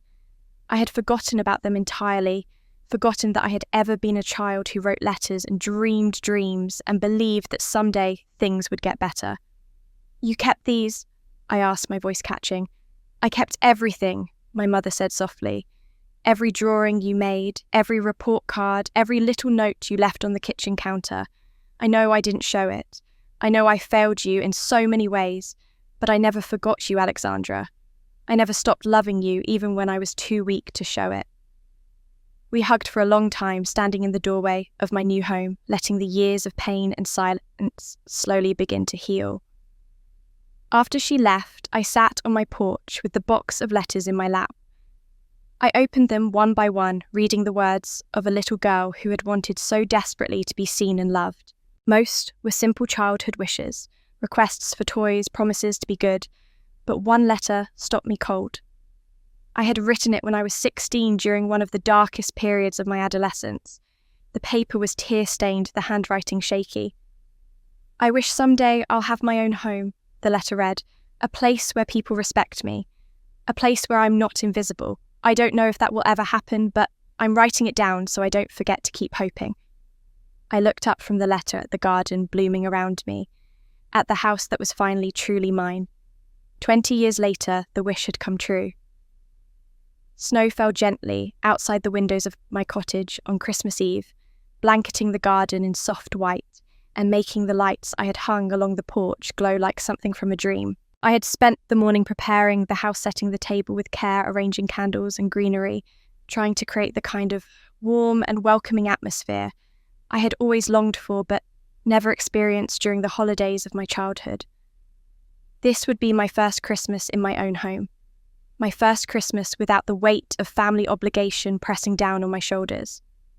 My first Christmas surrounded by people who actually wanted to be there, who saw me and valued me for who I was. The guest list was small, my mother, Mrs. Henderson, and David. 4 people around a table meant for 6. But as I looked at the place settings, each one representing someone who had stood by me during the hardest year of my life, I felt richer than I ever had, surrounded by dozens of relatives who treated me like a stranger. Mrs. Henderson had arrived first, bundled in a heavy coat and carrying a tin of homemade cookies. "These are from my grandmother's recipe," she said, pressing them into my hands. "She always said Christmas cookies should be shared with people you love." David came next, stomping snow off his boots on the porch mat, his arms full of wine bottles and a bakery box that turned out to contain the most beautiful chocolate cake I had ever seen. "I didn't know what everyone liked," he admitted with a sheepish grin. "So, I got 3 different kinds of wine and the biggest dessert they had." We laughed together in the kitchen, arranging bottles and opening boxes, the easy camaraderie between us warming the room even more than the fire crackling in the living room hearth. My mother arrived last, hesitant at the door, until I pulled her into a hug and welcomed her inside. She had dressed up for the occasion, wearing a nice blouse and earrings I remembered from years ago, small touches that showed she understood this evening was important. In her hand she carried a covered dish that she brought straight to the kitchen. "I made your favourite," she said, lifting the lid to reveal chicken paprikash, the creamy Hungarian stew I had loved as a child. "I know I haven't made it in years. I know I forgot so many things about you. But I remembered this." I stared at the dish memories flooding back, sitting at the kitchen table as a little girl watching my mother cook, feeling safe and loved in a way that would become increasingly rare as I grew older. She had made this for me on my birthdays on special occasions, until somewhere along the way, she stopped and I stopped asking, and the dish faded into history along with so many other pieces of our fractured relationship. "Thank you, Mum," I said, and my voice cracked slightly on the words. We gathered around the table as evening settled over the neighbourhood. The food was simple but delicious, each dish representing someone's care and effort. David poured wine and made sure everyone's glass stayed full. Mrs. Henderson kept us entertained with the stories about her late husband, her garden, and most memorably her cat Tommy. "That cat was the most stubborn creature God ever made," she said, shaking her head with fond exasperation. "Once he got it into his head to climb the Christmas tree, there was no stopping him. I came home one year to find the whole thing toppled over ornaments everywhere and Tommy sitting in the middle of the mess, looking pleased with himself. We laughed, all of us genuine laughter that filled the room, and chased away shadows. I looked around the table at these three people so different from each other, bound together by nothing more than their connection to me, and I felt a warmth spreading through my chest that had nothing to do with the wine. This was what family was supposed to feel like, not obligation and resentment and walking on eggshells, just people who cared about each other sharing a meal, making memories, being present in the moment. Before we started on the main course, my mother stood up from her chair. Her hands were trembling slightly, and I could see her gathering courage for something she needed to say. "I want to apologise," she began, her voice unsteady but determined, "in front of everyone here, because you all witnessed what happened last year, or you heard about it, and you chose to stand by Alexandra when her own family failed her." She turned to look directly at me, tears glistening in her eyes. "I was not the mother you deserved, Alexandra. I watched you suffer for years and I did nothing. I let your father control everything. I let Emily treat you terribly. I told myself I was keeping the peace, but really I was just being a coward. And there is no excuse for that. None." The room was silent. David reached over and quietly took my hand under the table. "I can't undo the past," my mother continued. "I can't give you back your childhood or make up for all the birthdays I forgot or the times I should have protected you. But I want you to know that I see you now. I see the incredible woman you've become despite everything. And I'm so proud of you. So proud." She broke down then, covering her face with her hands, shoulders shaking with sobs she had been holding back for God knows how long. I stood up and walked around the table to where she sat. I knelt beside her chair and took her hands in mine, pulling them gently away from her face. "Mum," I said softly, "we can't change the past. Neither of us can go back and do things differently, but we can choose our future. We can choose to start again right here, right now, and I choose to move forward with you in my life." She hugged me, then really hugged me the way mothers are supposed to hug their daughters. I felt her tears on my shoulder, and my own tears falling freely, all the years of hurt and longing finally finding release. When we pulled apart, I saw that Mrs. Henderson was dabbing at her eyes with a napkin, and David was blinking suspiciously, fast. The emotion in the room was almost overwhelming, but it was the good kind of overwhelming, the kind that comes from healing rather than hurting. We finished dinner in a lighter mood, the weight of my mother's apology having cleared the air somehow. David told jokes that were only moderately funny, but made us laugh anyway. Mrs. Henderson insisted on washing the dishes, despite my protests. My mother helped me put away leftovers, moving around my kitchen, with a comfort she had never shown in my old apartment. As the evening wound down and guests prepared to leave, my mother reached into her purse and pulled out a small box wrapped in silver paper. "I have one more thing for you," she said, pressing it into my hands. "And I wanted to wait until tonight to give it to you. It belonged to your grandmother. I've been keeping it safe for the right moment." I looked at the box, feeling its slight weight in my palm. "Open it. Pin it," my mother said. I waited until Christmas morning to open the box. Something told me to save it, to let the anticipation build, to give the moment the space it deserved. So, I set it on my nightstand when the guests left and fell asleep, looking at the silver wrapping paper glinting in the moonlight. I woke to a world transformed by overnight snow. The garden outside my window had become a winter wonderland, every branch and fence post frosted white to the morning sun, making everything sparkle like it had been dusted with diamonds. I lay in bed for a few minutes just looking at it, marvelling at the fact that this view was mine, that I would wake up to it tomorrow, and the day after, and for as many days as I chose to stay. I made myself a cup of coffee and brought it back to the bedroom, settling against the pillows with the small silver box in my lap. My hands trembled slightly as I untied the ribbon and lifted the lid. Inside, nestled on a bed of worn velvet, was a necklace I recognised instantly. A delicate gold chain holding a small pendant shaped like a bird in flight, its wings spread wide, a tiny ruby set where its heart would be.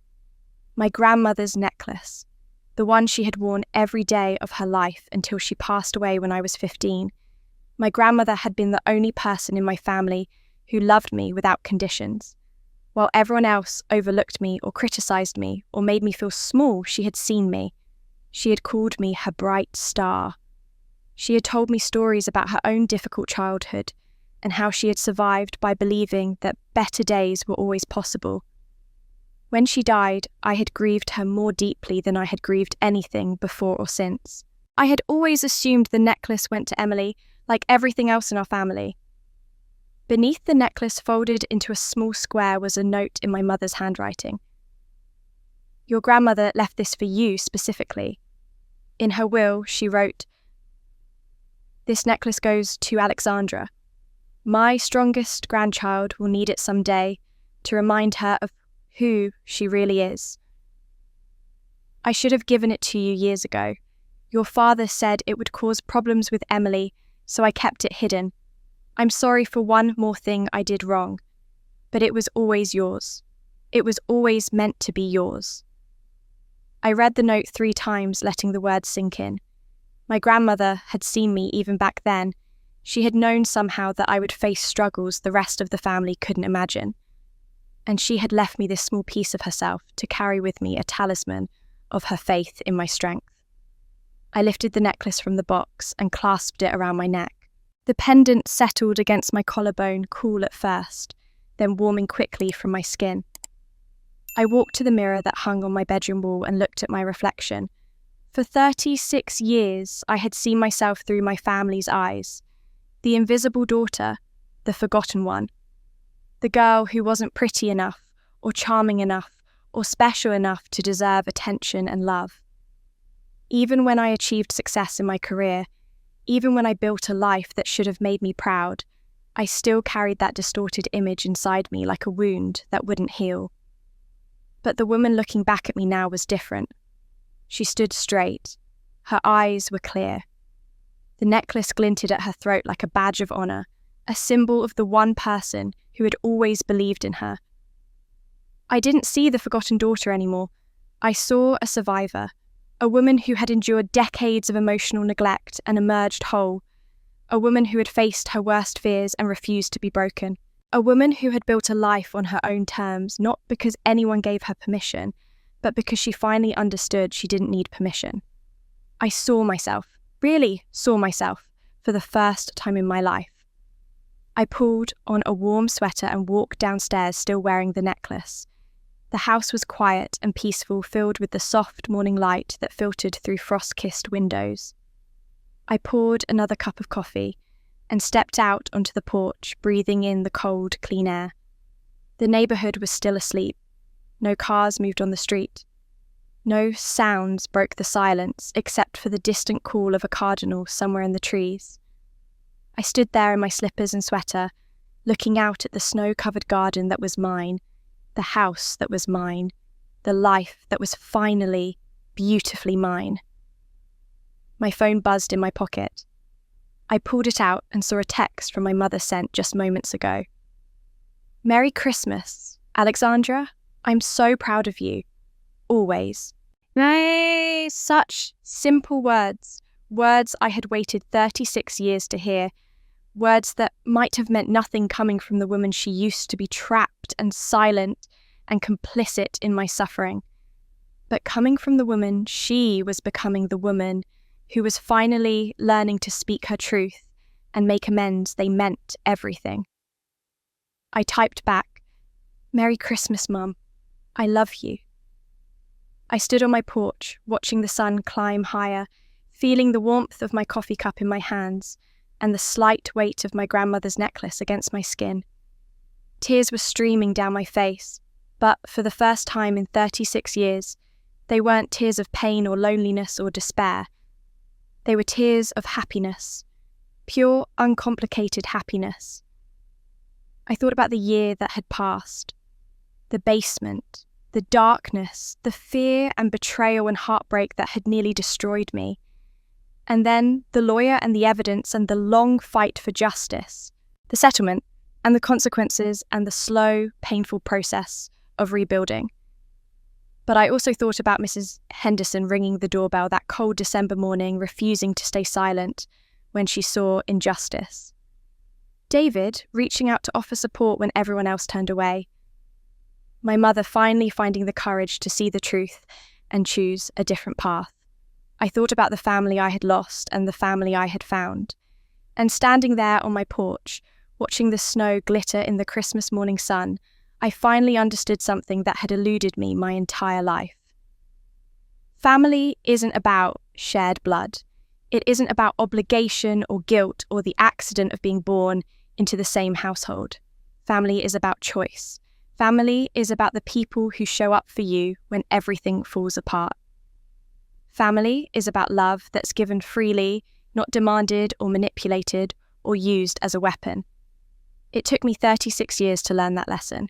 36 years of trying to earn love from people who were incapable of giving it. 36 years of sacrificing my own happiness for a family that only saw me as a resource to exploit. But standing here now in front of the home I had dreamed of for a decade, wearing my grandmother's necklace, surrounded by people who had chosen to love me, I knew the journey had been worth it. I had finally found my family, and I had finally found myself. If Alexandra's story touched your heart, I hope you will take a moment to subscribe to our channel and turn on notifications so you never miss another story like this one. Your support means the world to us and helps us continue sharing stories of strength, resilience, and hope. This story reminds us that sometimes the people who are supposed to love us the most can hurt us the deepest. But it also shows us that we have the power to choose our own path, to stand up for ourselves and to build a life filled with people who truly see and appreciate us. Now I want to hear from you. Have you ever felt invisible in your own family? Have you ever had to walk away from people who only valued you for what you could give them? Or maybe you found your own chosen family, the people who love you, not because they have to, but because they want to. Share your thoughts and experiences in the comments below. Your story might be exactly what someone else needs to hear today to find their own courage. Thank you for staying with us until the very end. Remember, you are worthy of love and respect just as you are. Never let anyone make you believe otherwise. Until next time, take care of yourselves and each other.